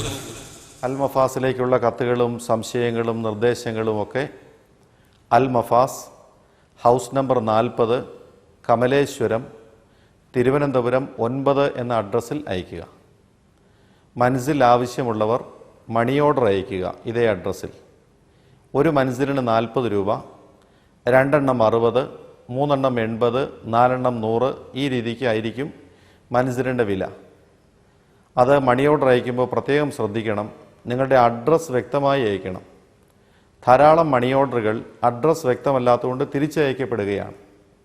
അശ്രദ്ധമായി അഡ്രസ്സ് എഴുതാതെ ഫ്രം അഡ്രസ്സ് വ്യക്തമായി പേര്, വീട്ടുപേര്, സ്ഥലം, പോസ്റ്റ് ഓഫീസ്, ജില്ല, പിൻകോഡ്, ഇതൊക്കെ പ്രത്യേകം ശ്രദ്ധിക്കണമെന്ന് ഒരിക്കൽ കൂടി വിനീതമായി ഇത് കേൾക്കുമ്പോൾ നമ്മൾ കരും വളരെ ആത്മാർത്ഥമായ പറച്ചിലാണ്. കാരണം ഒരു മനുഷ്യന് 40 റുപ്യ, 2 എണ്ണത്തിന് 60 റുപ്യ, 3 എണ്ണത്തിന് 80 റുപ്യ, 4 എണ്ണത്തിന് 100 റുപ്യ ലാഭമുള്ളൊരു പരിപാടി. എന്നിട്ടും കുറച്ചാ കൊടുത്തത്. 40 റുപ്യയുള്ള സാധനം വളരെ കുറച്ചാണ് കൊടുത്തിട്ടുള്ളത്. ഇത് നല്ല ആത്മാർത്ഥതയുള്ള ഒരു പരിപാടിയാണ്. മൻസിൽ എന്ന് പറഞ്ഞാൽ എന്താ? ഈ പറഞ്ഞ നിർദ്ദേശങ്ങളൊക്കെ സമാഹരിച്ച പുസ്തകം. ഇതാണ് മൻസിൽ. ആ കച്ചവടം നടക്കാൻ പോകുന്നത്. അപ്പൊ ഇനിയിപ്പോ ആരാണെങ്കിലും ഇയാള് പറയുന്ന ഈ നിർദ്ദേശം ആരാണെങ്കിലും അടിച്ചു കൊടുക്കുകയോ വിതരണം ചെയ്യുകയോ ചെയ്താൽ ഈ ഉപകാരം കിട്ടണമല്ലോ. കാരണം ഇത് ഇസ്ലാമിൻ്റെതല്ലേ. ഉദാഹരണത്തിന് ഞാനൊരു പ്രസ് തുടങ്ങി. ആ പ്രസ്സിൽ ഞാൻ ഖുർആൻ പ്രിന്റ് ചെയ്ത് കൊടുക്കുകയാണ്. ഞാൻ പ്രിന്റ് ചെയ്യുന്ന വില ഈടാക്കി ഞാനത് വിൽക്കുന്നു. അപ്പോ വേറൊരാൾ എന്ത് ചെയ്തു? ഇരുട്ടി പോയിട്ടൊരു പ്രസ് തുടങ്ങി. അയാളും കുറച്ച് ഖുർആൻ അടിച്ച് അയാളും വിൽക്കുന്നുണ്ട്. അപ്പോ ഈ 2 കച്ചവടം എന്താ? ശരിയാണ്, ഒരു കുഴപ്പമില്ല. ഓരോരുത്തരും അവരെ കൊണ്ടാകുന്നത് പോലെ കച്ചവടം ചെയ്തു, എതിരില്ല. പക്ഷേ ഈ വിഷയം ശരിയായ കച്ചവടമാണ് എന്നതിന്റെ ഒരു വ്യക്തമായ തെളിവ് കൂടെ കണ്ടിട്ട് നമുക്ക് വിഷയത്തിലേക്ക് കടക്കാം. അതുകൂടെ കണ്ടു നോക്കാം. പിന്നെ മൻസിൽ കഴിഞ്ഞ ആഴ്ച സൂചിപ്പിച്ചതുപോലെ കോഴിക്കോട് നിന്നും മിഡിൽ ഹിൽ പബ്ലിക്കേഷൻസ് എന്ന സ്ഥാപനം എൻ്റെ പേര് വെച്ച് വ്യാജമായി അച്ചടിച്ച് വിൽപ്പന നടത്തുന്നുണ്ട്. ഞാനും അതുമായി യാതൊരു ബന്ധവുമില്ല. അൽ മഫാസിൻ്റെ അഡ്രസ്സിൽ അടിക്കുന്ന മൻസിൽ മാത്രമാണ് ഞാൻ എൻ്റെ ദുആയും ഈ പരിപാടിയിൽ പറയുന്ന കാര്യങ്ങളുമൊക്കെ ഉള്ളത്. അക്കാര്യം ശ്രദ്ധിക്കുക. കവർന്നെടുത്ത ഭൂമിയിൽ നമസ്കരിച്ചാൽ നമസ്കാരം സ്വഹീഹാകാത്തതുപോലെ വ്യാജമായി അച്ചടിക്കപ്പെടുന്ന മൻസിലുകൾ വാങ്ങി ഓതിയാൽ ഉദ്ദേശിക്കുന്ന പ്രതിഫലം ലഭിക്കുന്നതല്ല. എങ്ങനെയുണ്ട്? അപ്പൊ ഞാൻ പറയാണ്, ഇവിടെ നിന്ന് അടിക്കണ ഖുർആൻ മേടിച്ച് ഓതിയാലേ കൂലി കിട്ടുള്ളൂ. ഇരുട്ടിന്ന് വേറൊരാൾ അടിച്ചിറക്കുന്നുണ്ട്, വേറെ കമ്പനി അടിച്ചിറക്കുന്നുണ്ട്, ആ ഖുർആൻ ഓതിയാ കൂലി കിട്ടൂല എന്ന് പറഞ്ഞാൽ നമുക്ക് സ്വീകരിക്കാൻ പറ്റുമോ? ഇതാണ് കച്ചവടം. ഇതാണ് പൗരോഹിത്യത്തിന്റെ രീതി. അതായത് താൻ ആളൊരു നിർദ്ദേശം തരാൻ പറ്റുന്ന ഒരു നല്ല മനുഷ്യനാണെന്ന് കരുതി വന്നിരിക്കുക, ക്യാമറയ്ക്ക് ഫേസ് ചെയ്തിരിക്കുക, എന്നിട്ട് ജനങ്ങളിൽ നിന്നും സംശയങ്ങളും ചോദ്യങ്ങളും അവരുടെ പ്രയാസങ്ങളും കേൾക്കുക, എന്നിട്ട് അതിന് സ്വന്തമായി നിർമ്മിച്ച കുറെ നിർദ്ദേശങ്ങൾ ഉണ്ടാക്കി കൊടുക്കുക, ആ നിർദ്ദേശങ്ങളെ സമാഹരിക്കുക, എന്നിട്ടത് വിറ്റ് കാശാക്കുക. അതേ നിർദ്ദേശം വേറൊരാൾ നിർദ്ദേശിച്ച് വിറ്റാല് അതിന് കൂലി കിട്ടൂല. ഇതാണ് പൗരോഹിത്യവും ഇസ്ലാമിനെ വിറ്റ് കാശാക്കുന്ന രീതിയും. ഇപ്രകാരം ഓരോന്നും നമുക്ക് എണ്ണാം. അല്ലാഹുവിന്റെ പരിശുദ്ധ പ്രവാചകന്റെ കാലം ഇസ്ലാം പ്രവാചകൻ പഠിപ്പിച്ചു. ആ ഇസ്ലാം പഠിപ്പിച്ച ഏതൊരു പാഠങ്ങളിലാണെങ്കിലും അല്ലാഹുവിന്റെ പ്രവാചകൻ വിശുദ്ധ ഖുർആനിന്റെ വരികളോ ഹദീസിന്റെ ഭാഗങ്ങളോ പ്രാർത്ഥനയുടെ ഭാഗങ്ങളോ ഇതേപോലെ വിറ്റ് കാശാക്കിയിട്ടില്ല. പിന്നെ പൗരോഹിത്യത്തിന്റെ കൈകടത്തൽ കാണാം. ഒരാൾക്കൊരു പ്രശ്നം ഉണ്ടായി, ഒരു മാനസിക വിഷമം. ഉദാഹരണത്തിന് ഒരു വീട് പണിയണം. അല്ലെങ്കിൽ മകളെ കെട്ടിച്ചു വിടണം, മോളെ കെട്ടിച്ചു വിടാൻ വലിയ പൈസ വേണം. അതല്ല എങ്കിൽ വേറെ എന്തെങ്കിലും പ്രയാസങ്ങൾ, രോഗമാകട്ടെ വേറെ ഏത് പ്രയാസമാകട്ടെ, ഇതുണ്ടായാൽ ഇസ്ലാം നിർദ്ദേശിക്കുന്നത് എന്താ? നമുക്കറിയാം, ഒരാൾക്കൊരു പ്രയാസമുണ്ടായാൽ അല്ലാഹുവിനോട് തേടുക. ഇദാ സഅലക ഇബാദി അന്നി ഫഇന്നി ഖരീബുൻ ഉജീബു ദഅവതദ് ദാഇ ഇദാ ദആനി. അല്ലേ, എന്റെ അടിമ അങ്ങയോട് എന്നെ കുറിച്ച് ചോദിച്ചാ പറയുക, ഞാൻ എന്റെ അടിമയുടെ അടുത്ത് തന്നെയുണ്ട്, അവൻ എന്നോട് ചോദിച്ചാൽ ഞാൻ അവന് മറുപടി കൊടുക്കും. എന്നോട് അവൻ ചോദിച്ചാൽ, എന്നോട് പ്രാർത്ഥിച്ചാൽ, എന്നോട് തേടിയാൽ ഞാൻ അവന് മറുപടി കൊടുക്കും. ഇത് അള്ളാഹു വ്യക്തമായി പറഞ്ഞതാണ്, അല്ലേ? പക്ഷേ അത് ജനങ്ങളോട് പറയില്ല. കാരണം അള്ളാഹ് പറഞ്ഞ ഒരു വിഭാഗം ഇവിടെ വേണമല്ലോ. ഇന്നല്ലദീന യക്തുമൂന മാ അൻസലല്ലാഹു മിനൽ കിതാബ്, കിതാബിൽ നിന്നും അള്ളാഹ് ഇറക്കി കൊടുത്തത് മറച്ചു പിടിക്കാൻ പറ്റിയ ഒരു വിഭാഗം ഇവിടെ ഉണ്ടാവും. അവര് ചെയ്യുന്ന പണി എന്താ? അള്ളാഹിനോട് ചോദിക്കാൻ പാടില്ല, നേരിട്ട് അള്ളാഹിനോട് നേരിട്ട് ചോദിക്കാൻ പാടില്ല. ഞങ്ങൾ കുറച്ച് ആളുകളുണ്ട്, അവരല്ലാഹിനോട് ചോദിക്കും, അപ്പൊ അള്ളാഹ് മറുപടി തരും. നിങ്ങൾ ചോദിക്കണ്ട, ഞങ്ങൾ ചോദിക്കണമെങ്കിൽ ഞങ്ങൾക്ക് എന്തെങ്കിലുമൊക്കെ ഇങ്ങോട്ട് തരണം. അങ്ങനെ ഒരു വലിയൊരു ലേലം വിളി നടക്കുന്നുണ്ട്, അത് നിങ്ങൾ കണ്ടു നോക്കുക. ഹൃദയത്തിൽ നിറഞ്ഞ ഈമാനുള്ള ഒരു മനുഷ്യനായി, തഖ്വയുള്ള ഒരു മനുഷ്യനായി, ഒരു സ്വാലിഹായ മനുഷ്യനായി ഇവിടുന്ന് മരിച്ചു കിട്ടണ്ടേ? വേണല്ലോ സഹോദരന്മാര്. അതുകൊണ്ട് ശൈഖുന ഏറ്റവും ഇഷ്ടപ്പെടുന്ന അള്ളാഹുവിന്റെ പരിശുദ്ധ ദീൻ, ആ ദീൻ ഇവിടെ നിലനിർത്താൻ വേണ്ടി ഈ മഹത്തായ സദസ്സിലേക്ക് പ്രിയപ്പെട്ട സഹോദരന്മാരെ, കിബറില്ലാത്ത, ഹസദില്ലാത്ത, റിയാഖില്ലാത്ത, വലബില്ലാത്ത, ഉജുബില്ലാത്ത, ഹിഖ്ദില്ലാത്ത, ഒരു ദുർഗുണവുമില്ലാതെ ജീവിച്ച് ഈ ലോകത്തോട് വിട പറയാൻ തൗഫീഖ് കിട്ടിയ മഹാനായ ശൈഖുനാന്റെ ബർക്കത്ത് കൊണ്ട് ഇതുപോലത്തെ ഒരു കൽബ് എനിക്ക് ഉണ്ടാകണം എന്ന് ആഗ്രഹിച്ചുകൊണ്ട് ഈ സയ്യിദന്മാർ, ഈ ഉഖ്റവിയായ ആലിമീങ്ങൾ, മഹാന്മാരായ സാലിഹീങ്ങളുടെ സദസ്സിലേക്ക്, ഈ മഹത്തായ പരിപാടിയിലേക്ക്, ഇവിടെ ഒരുപാട് ഹൈറായ കാര്യങ്ങളാണ് ലക്ഷ്യമാക്കിയത്. ഇവിടെ നിന്ന് ദ്വാരിപ്പിക്കാൻ, അങ്ങനത്തെ ഒരു കൽബിന്റെ ഉടമയാകാൻ ആഗ്രഹിച്ചുകൊണ്ട് ഒരു 5000 പറയാൻ പറ്റിയവരുടെ പറഞ്ഞോളി, നമുക്ക് ദ്വാരം കൊടുക്കാലോ. PV മുഹമ്മദ് ഹാജി കുറ്റിക്കാട്ടു. അൽഹംദുലില്ലാഹ്, റസൂലുള്ളാഹി സ്വല്ലല്ലാഹു അലൈഹി വസല്ലമ തങ്ങളെ പേര് ലഭിച്ച ഒരു മഹാവ്യക്തി പടച്ചവനെ. ഈ സയ്യിദന്മാർ, ഉഖ്റവിയ ആലിമീങ്ങൾ, നേരത്തെ സഖാഫി പറഞ്ഞില്ലേ, ഒരുപാട് മഹാന്മാരെ പൊരുത്തം ലഭിച്ച ആള്. ഞാൻ കണ്ടതാ വടകര ഓരത്തിൽ ഞങ്ങളെല്ലാം കൂടി ഇരിക്കുമ്പോൾ ഹക്കീം എന്നോര് എന്ന് പറഞ്ഞ ഭാര്യയിട്ട് ഇങ്ങനെ കൊടുക്കുക, പിന്നെയും ഭാര്യയിട്ട് കൊടുക്കുക. ഹക്കീം എന്നോര് എന്നാ പറയുന്നത്. ഹക്കീം എന്നോര് വേറെ ആർക്കും അവിടെ ഭാര്യയിട്ട് കൊടുത്തില്ല. അങ്ങനെ ആട് ഉള്ളും പുറവും ഭാര്യ കോരി കൊടുത്തിരിക്കുന്നു. അള്ളാഹു ആ ദർജനി ഏറ്റി കൊടുക്കട്ടെ. സഹോദരന്മാരെ, അവരൊക്കെ ഫവർ നമുക്ക് കുറെ കഴിഞ്ഞിട്ടേ തിരിയും. അങ്ങനത്തെ പല മഹാന്മാരുള്ള സദസ്സിലേക്ക്, റഹ്മാനായ റബ്ബേ, ഈ പോരിശയാക്കപ്പെട്ട സദസ്സിലേക്ക് 5000 പറഞ്ഞ ആ റസൂലുള്ളാഹിന്റെ പേര് ലഭിച്ച മാന്യവ്യക്തിക്ക് നീ ഒരു ശുദ്ധമായ കൽബ് നൽകണേ അല്ലാ, ശുദ്ധമായ കൽബ് നൽകണേ അല്ലാ. ഈ പറയപ്പെട്ട ഒരു ദുർഗുണവുമില്ലാത്ത കൽബിന്റെ ഉടമയായി, നിറഞ്ഞ ഈമാൻ തഖ്വയുടെ പ്രകാശമുള്ള ഹൃദയത്തിന്റെ ഉടമയായി അദ്ദേഹത്തെ 5000 കൊടുക്കാൻ കഴിയില്ലാത്തവനോ? ഓന് നിറഞ്ഞ മനസ്സ് വേണ്ട, ഓന് നിറഞ്ഞ ഈമാൻ വേണ്ട, ഓന്റെ ഹൃദയം തഖ്വ വേണ്ട. 5000 കൊടുക്കാൻ കഴിവുള്ളവന് ഇതൊക്കെ വേണം. സഹോദരങ്ങളെ, നിങ്ങൾ അബദ്ധത്തിൽ വീണുപോകരുത്, നിങ്ങൾ അബദ്ധത്തിൽ വീണുപോകരുത്.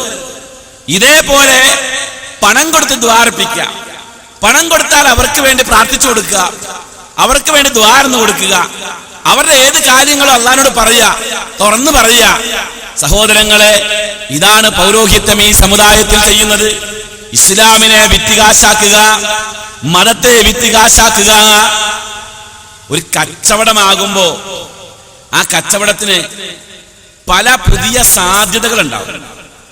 ഒരു കച്ചവടക്കാരന്റെ മനസ്സെപ്പോഴും അങ്ങനെ ആയിരിക്കില്ല. ഈ അങ്ങാടി കച്ചവടം ചെയ്യണ എത്ര ആളുകളുണ്ട്?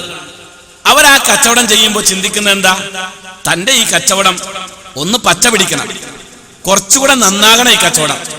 ഇപ്പൊ ചെയ്യുന്ന ഈ കച്ചവടം ഇതൊരു ചെറിയ പെട്ടിക്കടയാണെങ്കിൽ ഇതൊന്ന് വിപുലമാക്കി കുറച്ചുകൂടെ സംവിധാനമുള്ള ഒരു മിനി സൂപ്പർ മാർക്കറ്റ് ആക്കണം.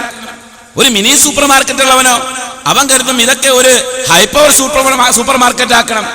ഇങ്ങനെ ചിന്തിക്കുന്ന ആളുകളാണ് കച്ചവടം ചെയ്യുന്നവർ. കച്ചവടക്കാർക്ക് എപ്പോഴും അങ്ങനെ ഒരു കാഴ്ചപ്പാടുണ്ടാകും. അതായത് കച്ചവടത്തിന്റെ പുതിയ സാധ്യതകൾ. ഇതൊരു കച്ചവടമാണല്ലോ. മതത്തെ വിറ്റ് കാശാക്കുന്ന ആളുകൾക്ക് പുതിയ കച്ചവടത്തിന്റെ സാധ്യതകളെ കുറിച്ചുള്ള പഠനത്തിലാണ്. പക്ഷേ പഴയ കാലം പോലെയല്ല. മുമ്പത്തെ കാലത്തൊക്കെ ഒരു ജാറമോ ഒരു ഖബറോ ഉറപ്പുള്ള 4 നേർച്ചയോ മൗലൂദോ കിട്ടിയാൽ ഒരു മുസ്ലിയാർക്ക് അത്യാവശ്യം കഴിഞ്ഞുകൂടായിരുന്നു. പക്ഷേ ഇന്നത്തെ മുസ്ലിയാക്കന്മാര് അന്നത്തെ മുസ്ലിയാക്കന്മാരെ പോലെയല്ല. അന്നത്തെ മുസ്ലിയാരും ഇന്നത്തെ മുസ്ലിയാരും തമ്മിൽ വ്യത്യാസമുണ്ട്.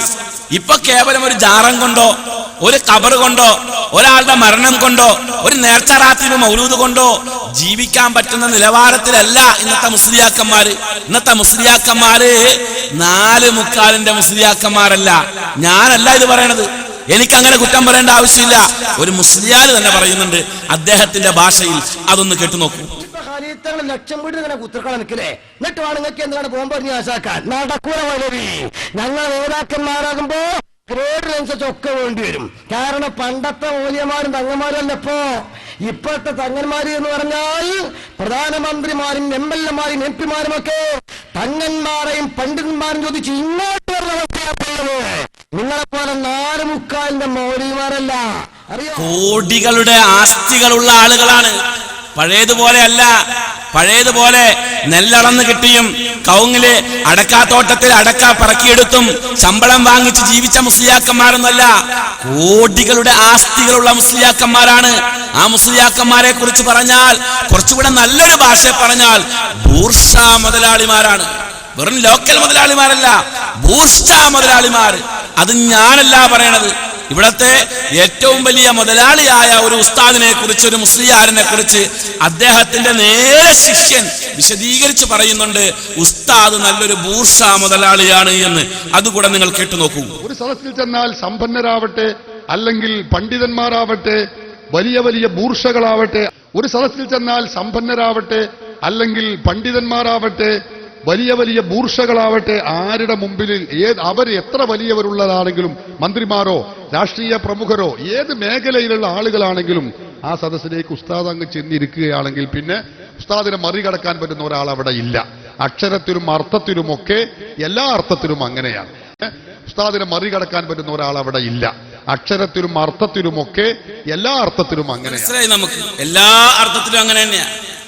ബൂർഷയായാലും രാഷ്ട്രീയക്കാരനായാലും മുതലാളിയായാലും അവരെയൊക്കെ അക്ഷരത്തിൽ മറികടക്കാൻ പ്രാപ്തനായ ഒരാളാണ് ഉസ്താദ്.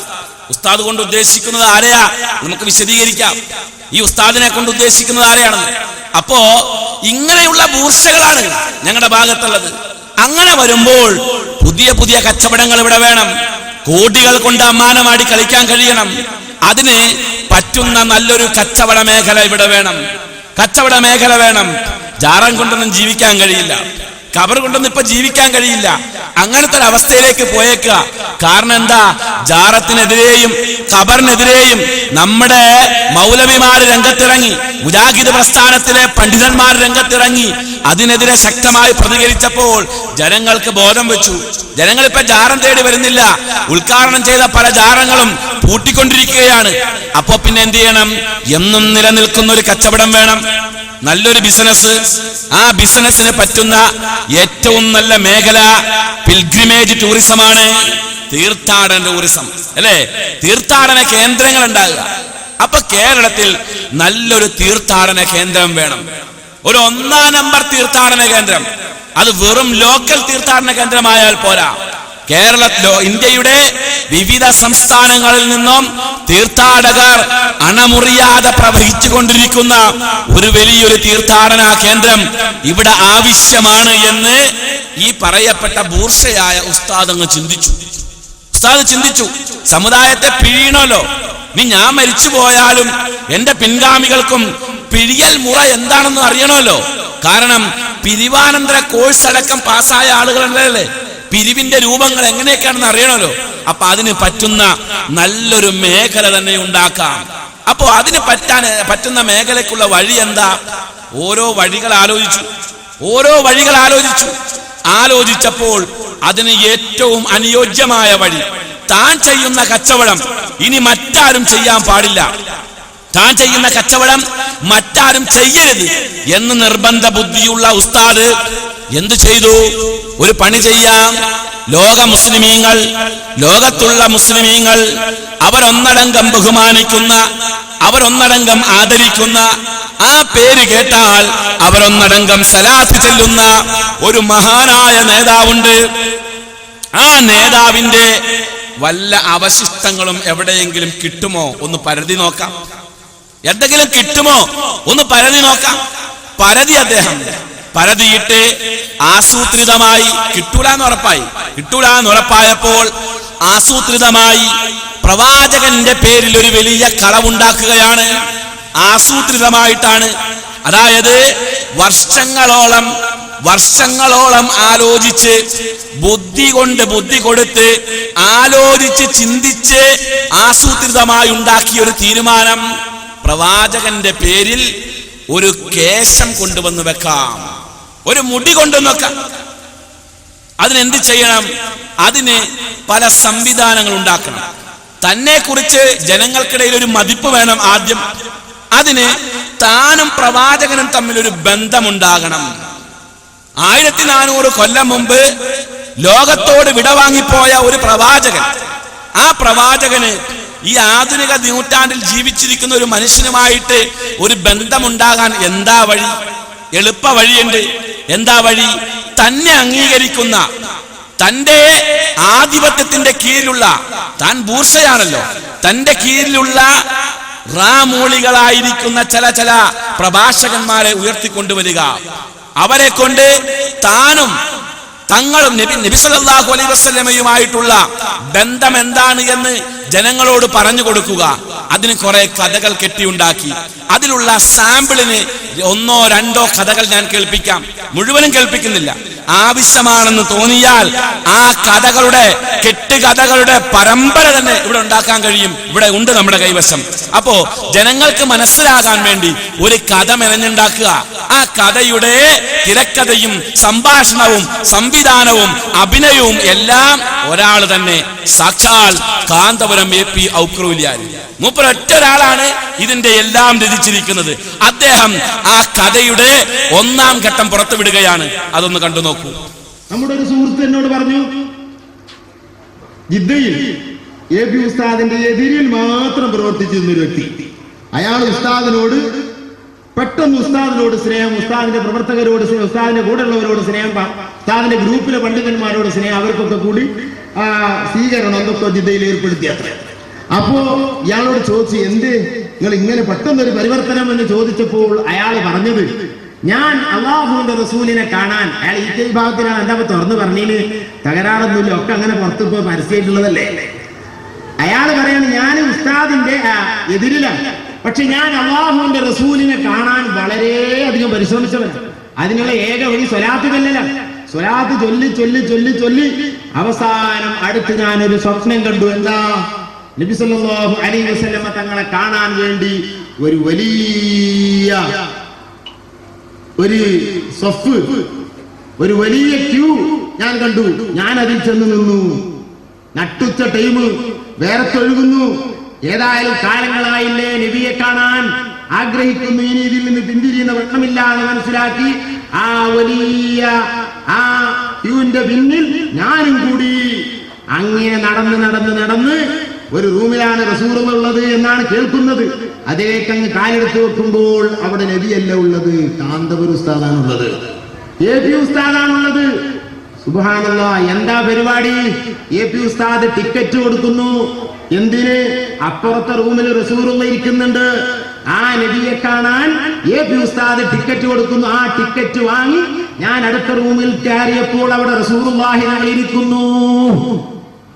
ഞാൻ മനസ്സിലാക്കി, അല്ലാഹുവിന്റെ റസൂലിലേക്കെത്താൻ ഇക്കാലത്ത് പറ്റിയവരുണ്ടെങ്കിൽ ഞാൻ തുടരുന്ന വിഭാഗമല്ല, മറിച്ച് കാന്തപുരം മാത്രമാണ്. ഞാൻ അതോടുകൂടെ എന്റെ ഗ്രൂപ്പ് വിട്ടു. എങ്ങനെയുണ്ട് കഥ? 1400 വർഷങ്ങൾക്ക് മുമ്പ് ലോകത്തോട് വിടവാങ്ങിപ്പോയ ഒരു പ്രവാചകനുമായി തനിക്കൊരു ബന്ധമുണ്ടെന്ന് സ്ഥാപിക്കാൻ തന്റെ നാടകപ്പുരയിലെ കഥാകാരന്മാരെ രംഗത്തിറക്കിക്കൊണ്ട് അവതരിപ്പിച്ച നല്ലൊരു കഥാനാടകം. ആ നാടകത്തിന്റെ രചയിതാവും തിരക്കഥാകർത്താവും കാന്തപുരം തന്നെ. അദ്ദേഹം പറയുകയാണ്, ഈ കാലഘട്ടത്തിൽ പ്രവാചകനിലേക്ക് എത്താനുള്ള വഴി AP ഉസ്താദ് തന്നെ, വേറെ ആരുമില്ല. ഒന്നാമത്തെ കഥ തുടങ്ങി. ആ CD മുഴുവൻ കണ്ടാൽ ആ CD മുഴുവനും കാന്തപുരത്തിന്റെ വർണ്ണനയാണ്. കാന്തപുരവും മർക്കസും എന്നാണ് ആ CD പേര് തന്നെ. ഇത് വർണ്ണിച്ച് സ്വപ്ന കഥ ഏശാതെ വന്നു. കാരണം എന്താ, മൂപ്പരുടെ ശിഷ്യൻ തന്നെ പറഞ്ഞു, ഞാൻ ഇൻഷാല്ലാ പുറകെ കാണിക്കുന്നുണ്ട്. മൂപ്പരുടെ കാന്തപുരത്തിന്റെ ശിഷ്യൻ തന്നെ പേരോട് അബ്ദുറഹ്മാൻ സഖാഫിനെ പറഞ്ഞിട്ടുണ്ട് സ്വപ്നം സ്വീകരിക്കാൻ പറ്റൂല. അപ്പൊ ജനങ്ങള് അത് സ്വപ്നമല്ലേ, നമുക്ക് സ്വീകരിക്കാൻ പറ്റില്ല എന്ന് പറഞ്ഞു. അപ്പൊ പിന്നെ സ്വപ്നത്തിൽ നിന്ന് അങ്ങോട്ട് മാറി. സ്വപ്നത്തിൽ നിന്ന് മാറിയിട്ട് ഡയറക്റ്റ് ഒരു കഥ കൊണ്ടുവരിക, പുതിയൊരു കഥ. ആ കഥ കൂടെ നിങ്ങൾ കേട്ടു നോക്കൂ. ബഹുമാനമാണ്, മദീന ഭൂമിയെ തന്നെ ബഹുമാനമാണ്. അല്ലാഹു റസൂലിനോട് ബന്ധപ്പെട്ട സാധനങ്ങളെ ബഹുമാനിച്ചിട്ട് അതിനും വരമ്പില്ല സഹോദരന്മാരെ. എങ്ങനെയും ബഹുമാനിക്കാം. അതല്ലേ അല്ലാഹു റസൂലിന്റെ സാധനങ്ങളിൽ, എന്നല്ലേ ഒരു മനുഷ്യൻ ഉപയോഗിക്കുന്ന സാധനങ്ങളിൽ ഏറ്റവും താഴ്ന്നതേതാണ്? അയാളുടെ ചെരുപ്പ. ആ ചെരുപ്പല്ലേ തലയിൽ പേറി നടക്കുന്നത് നമ്മുടെ നേതാക്കന്മാർ.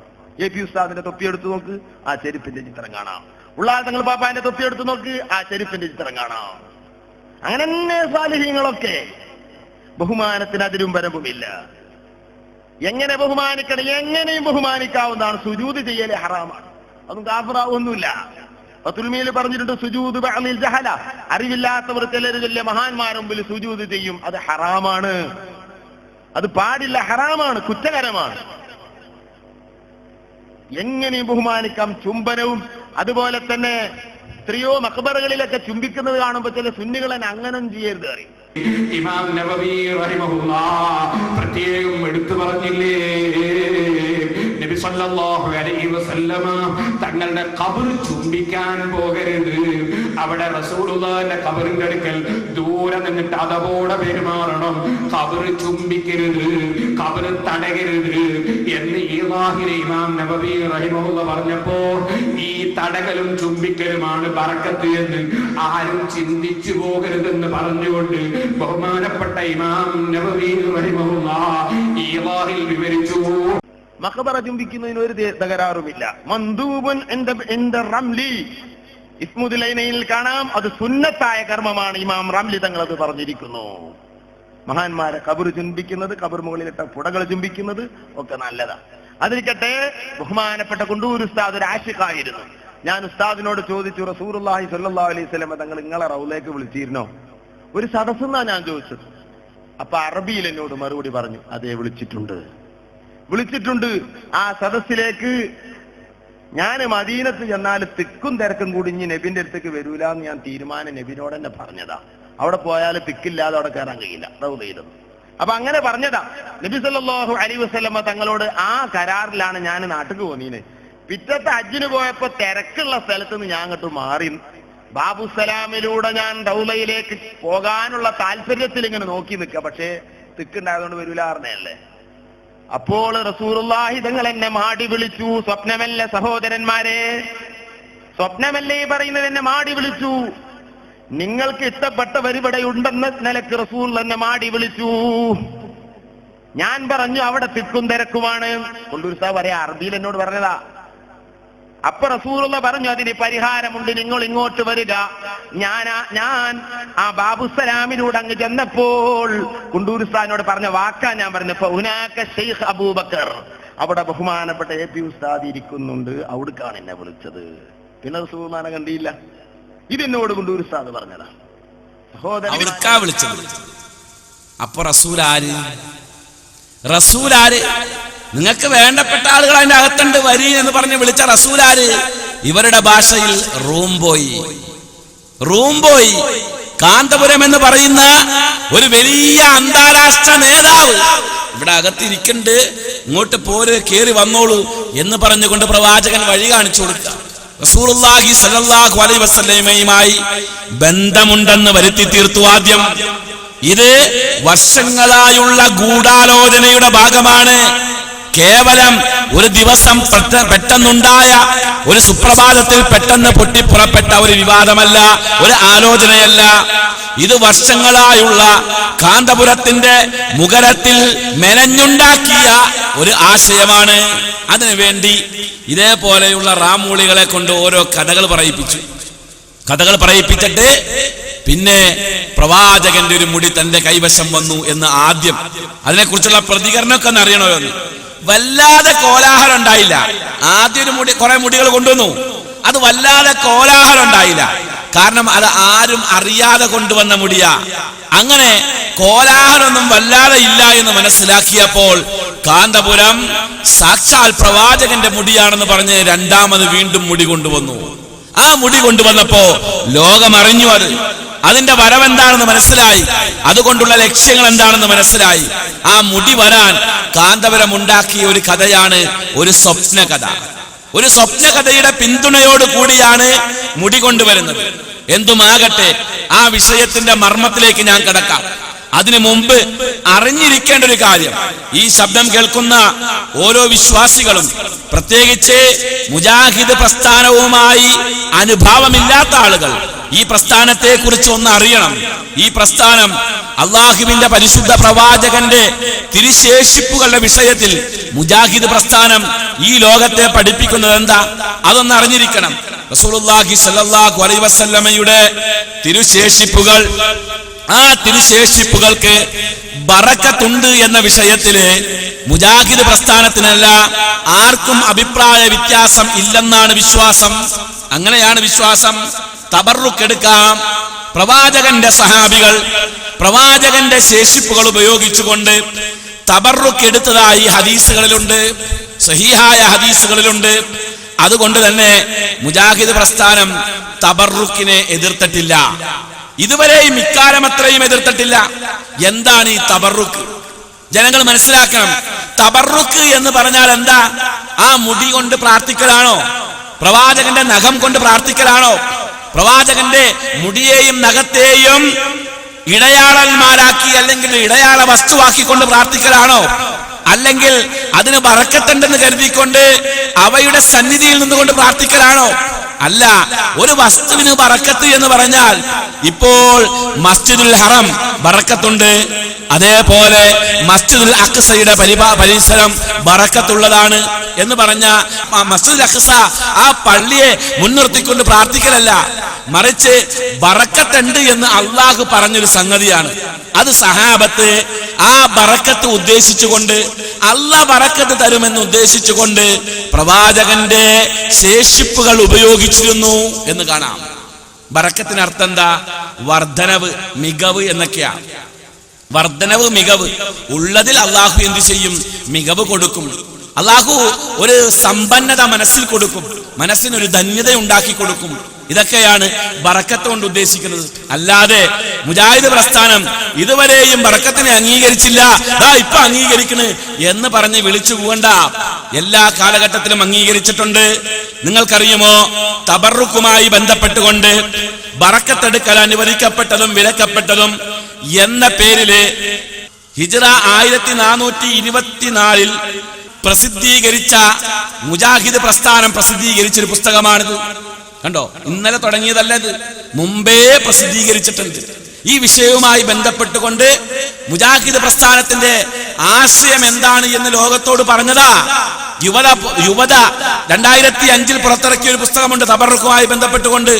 ഈ പുസ്തകങ്ങളൊന്നും കാണാതെ കണ്ട് മുജാഹിദ് പ്രസ്ഥാനം ഇപ്പൊ തബറുക്കിനെ അംഗീകരിച്ചു എന്ന് പറഞ്ഞ് ജനങ്ങളെ തെറ്റിദ്ധരിപ്പിക്കാൻ ശ്രമിക്കുന്നുണ്ട്. സഹോദരങ്ങളെ, തബറുക്ക് എന്ന് പറഞ്ഞാൽ പ്രവാചകന്റെ ശേഷിപ്പുകൾക്ക് ബറക്കത്തുണ്ട് എന്ന് മനസ്സിലാക്കിയാൽ അതുകൊണ്ട് സഹാബികൾ അത് വെച്ച് മുമ്പിൽ വെച്ചുകൊണ്ട് പ്രാർത്ഥന നടത്തുകയോ അതിന്റെ പേരിൽ ഒരു പള്ളി ഉണ്ടാക്കുകയോ അതിന്റെ പേരിൽ ഒരു തീർത്ഥാടന കേന്ദ്രം ഉണ്ടാക്കുകയോ ഒന്നും സഹാബികൾ ചെയ്തിട്ടില്ല. സഹാബികൾ പ്രവാചകന്റെ ആ മുടിയെ ഉപയോഗിച്ചിരുന്ന രീതി ഹദീസുകളിൽ കാണാം.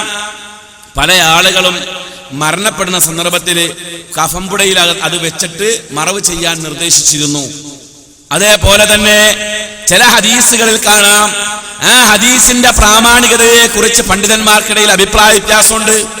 ആ ഹദീസിൽ കാണാം ചില സഹാബികൾ തൊപ്പിയുടെ അകത്ത് ഇത് വെച്ചിരുന്നു എന്നും കാണാം. അതിനർത്ഥം അതിനോട് തേടലല്ല, അതിനോട് പ്രാർത്ഥിക്കലല്ല, അതിന് കഴിവുണ്ടെന്ന് വിശ്വസിക്കലല്ല. അള്ളാഹു ബറക്കത്തുണ്ട് എന്ന് പറയുന്ന സംഗതികൾ, ആ സംഗതികൾക്ക് ബറക്കത്തുണ്ട് എന്ന് കരുതലാണ്. നാം അറിയാം, ഹജ്ജിന് പോകുന്ന ആളുകൾ ഹജറുൽ അസ്വദ് ചുംബിക്കാറുണ്ട്. ഹജറുൽ അസ്വദിനോട് പ്രാർത്ഥിക്കാറില്ല. ഹജറുൽ അസ്വദിന് കഴിവുണ്ടെന്ന് വിശ്വസിക്കാറില്ല. ഹജറുൽ അസ്വദ് ചുംബിക്കുന്നതേ അടിസ്ഥാനത്തിൽ അള്ളാന്റെ പ്രവാചകൻ അത് ചുംബിച്ച് കാണിച്ചു തന്നിട്ടുണ്ട്. പ്രവാചകന്റെ നിർദ്ദേശമുണ്ട്. അതുകൊണ്ട് തന്നെയല്ലേ മഹാനായ ഉമർ ഇബ്നുൽ ഖത്താബ് റളിയല്ലാഹു അൻഹു ഹജറുൽ അസ്വദിന്റെ നേരെ ചൂണ്ടിയിട്ട് പറഞ്ഞത്, കല്ലേ, നീ വെറും കല്ലാണ്. എന്റെ പ്രവാചകൻ നിന്നെ ആദരിച്ചത് കണ്ടപ്പോൾ മാത്രമാണ് ഞാൻ നിന്നെ ആദരിക്കുന്നത്. അതല്ലെങ്കിൽ ഈ ഉമർ നിന്നെ ആദരിക്കുകയില്ല. അതാ മുസ്ലിമിന്റെ നിലപാട് എല്ലാ വിഷയത്തിലും. മുജാഹിദ് പ്രസ്ഥാനം തബറക്കിനെ അംഗീകരിച്ചു എന്ന് പറഞ്ഞുകൊണ്ട് ഗീർവാണ പ്രസംഗം നടത്തുകയോ പുരപ്പുറത്ത് കയറി കൂവി വിളിക്കുകയോ ചെയ്യേണ്ട ആവശ്യമില്ല എന്നർത്ഥം. സഹീഹായ ഹദീസിൽ ഏത് വിഷയം വന്നിട്ടുണ്ടോ അത് നമുക്ക് സ്വീകരിക്കാം. അത് സഹീഹല്ലയോ, അതിന്റെ പ്രാമാണികതയുടെ വിഷയത്തില് പണ്ഡിതന്മാർ ഉറപ്പ് പറഞ്ഞിട്ടില്ലയോ, നമുക്ക് സ്വീകരിക്കാൻ പറ്റില്ല. അതാണ് ഈ പ്രസ്ഥാനത്തിന്റെ ആദർശം. അപ്പൊ അത് മനസ്സിലാക്കിക്കൊണ്ട് ഈ പ്രസ്ഥാനം ഈ സമുദായത്തോട് പറയുകയാണ്, കാന്തപുരത്തിന്റെ കയ്യിലിരിക്കുന്ന മുടി, ഇപ്പൊ കൊണ്ടുവന്നിരിക്കുന്ന മുടി, ആ മുടിയുടെ വിഷയത്തിലുള്ള ഈ സത്യാവസ്ഥ ജനങ്ങൾ അറിയണം. ഇവിടെ വേദി കിട്ടുമ്പോ പറയാറുണ്ട്, മുജാഹിദുകൾ തബറുക്കിനെ എതിർക്കുന്നവരാണ്, തബറുക്കിനെതിർക്കുന്ന വഹാബി എന്നൊക്കെ പറഞ്ഞുകൊണ്ട് കരയാറുണ്ട്. ഞാൻ ഒന്നുകൂടെ അടിവരയിട്ട് പറയുന്നു, ഇവിടെ തർക്കം പ്രവാചകന്റെ മുടിക്കോ പ്രവാചകന്റെ നഖത്തിനോ പ്രവാചകന്റെ ശേഷിപ്പുകൾക്കോ ബറക്കത്തുണ്ടോ ഇല്ലയോ എന്ന വിഷയത്തിലല്ല തർക്കം.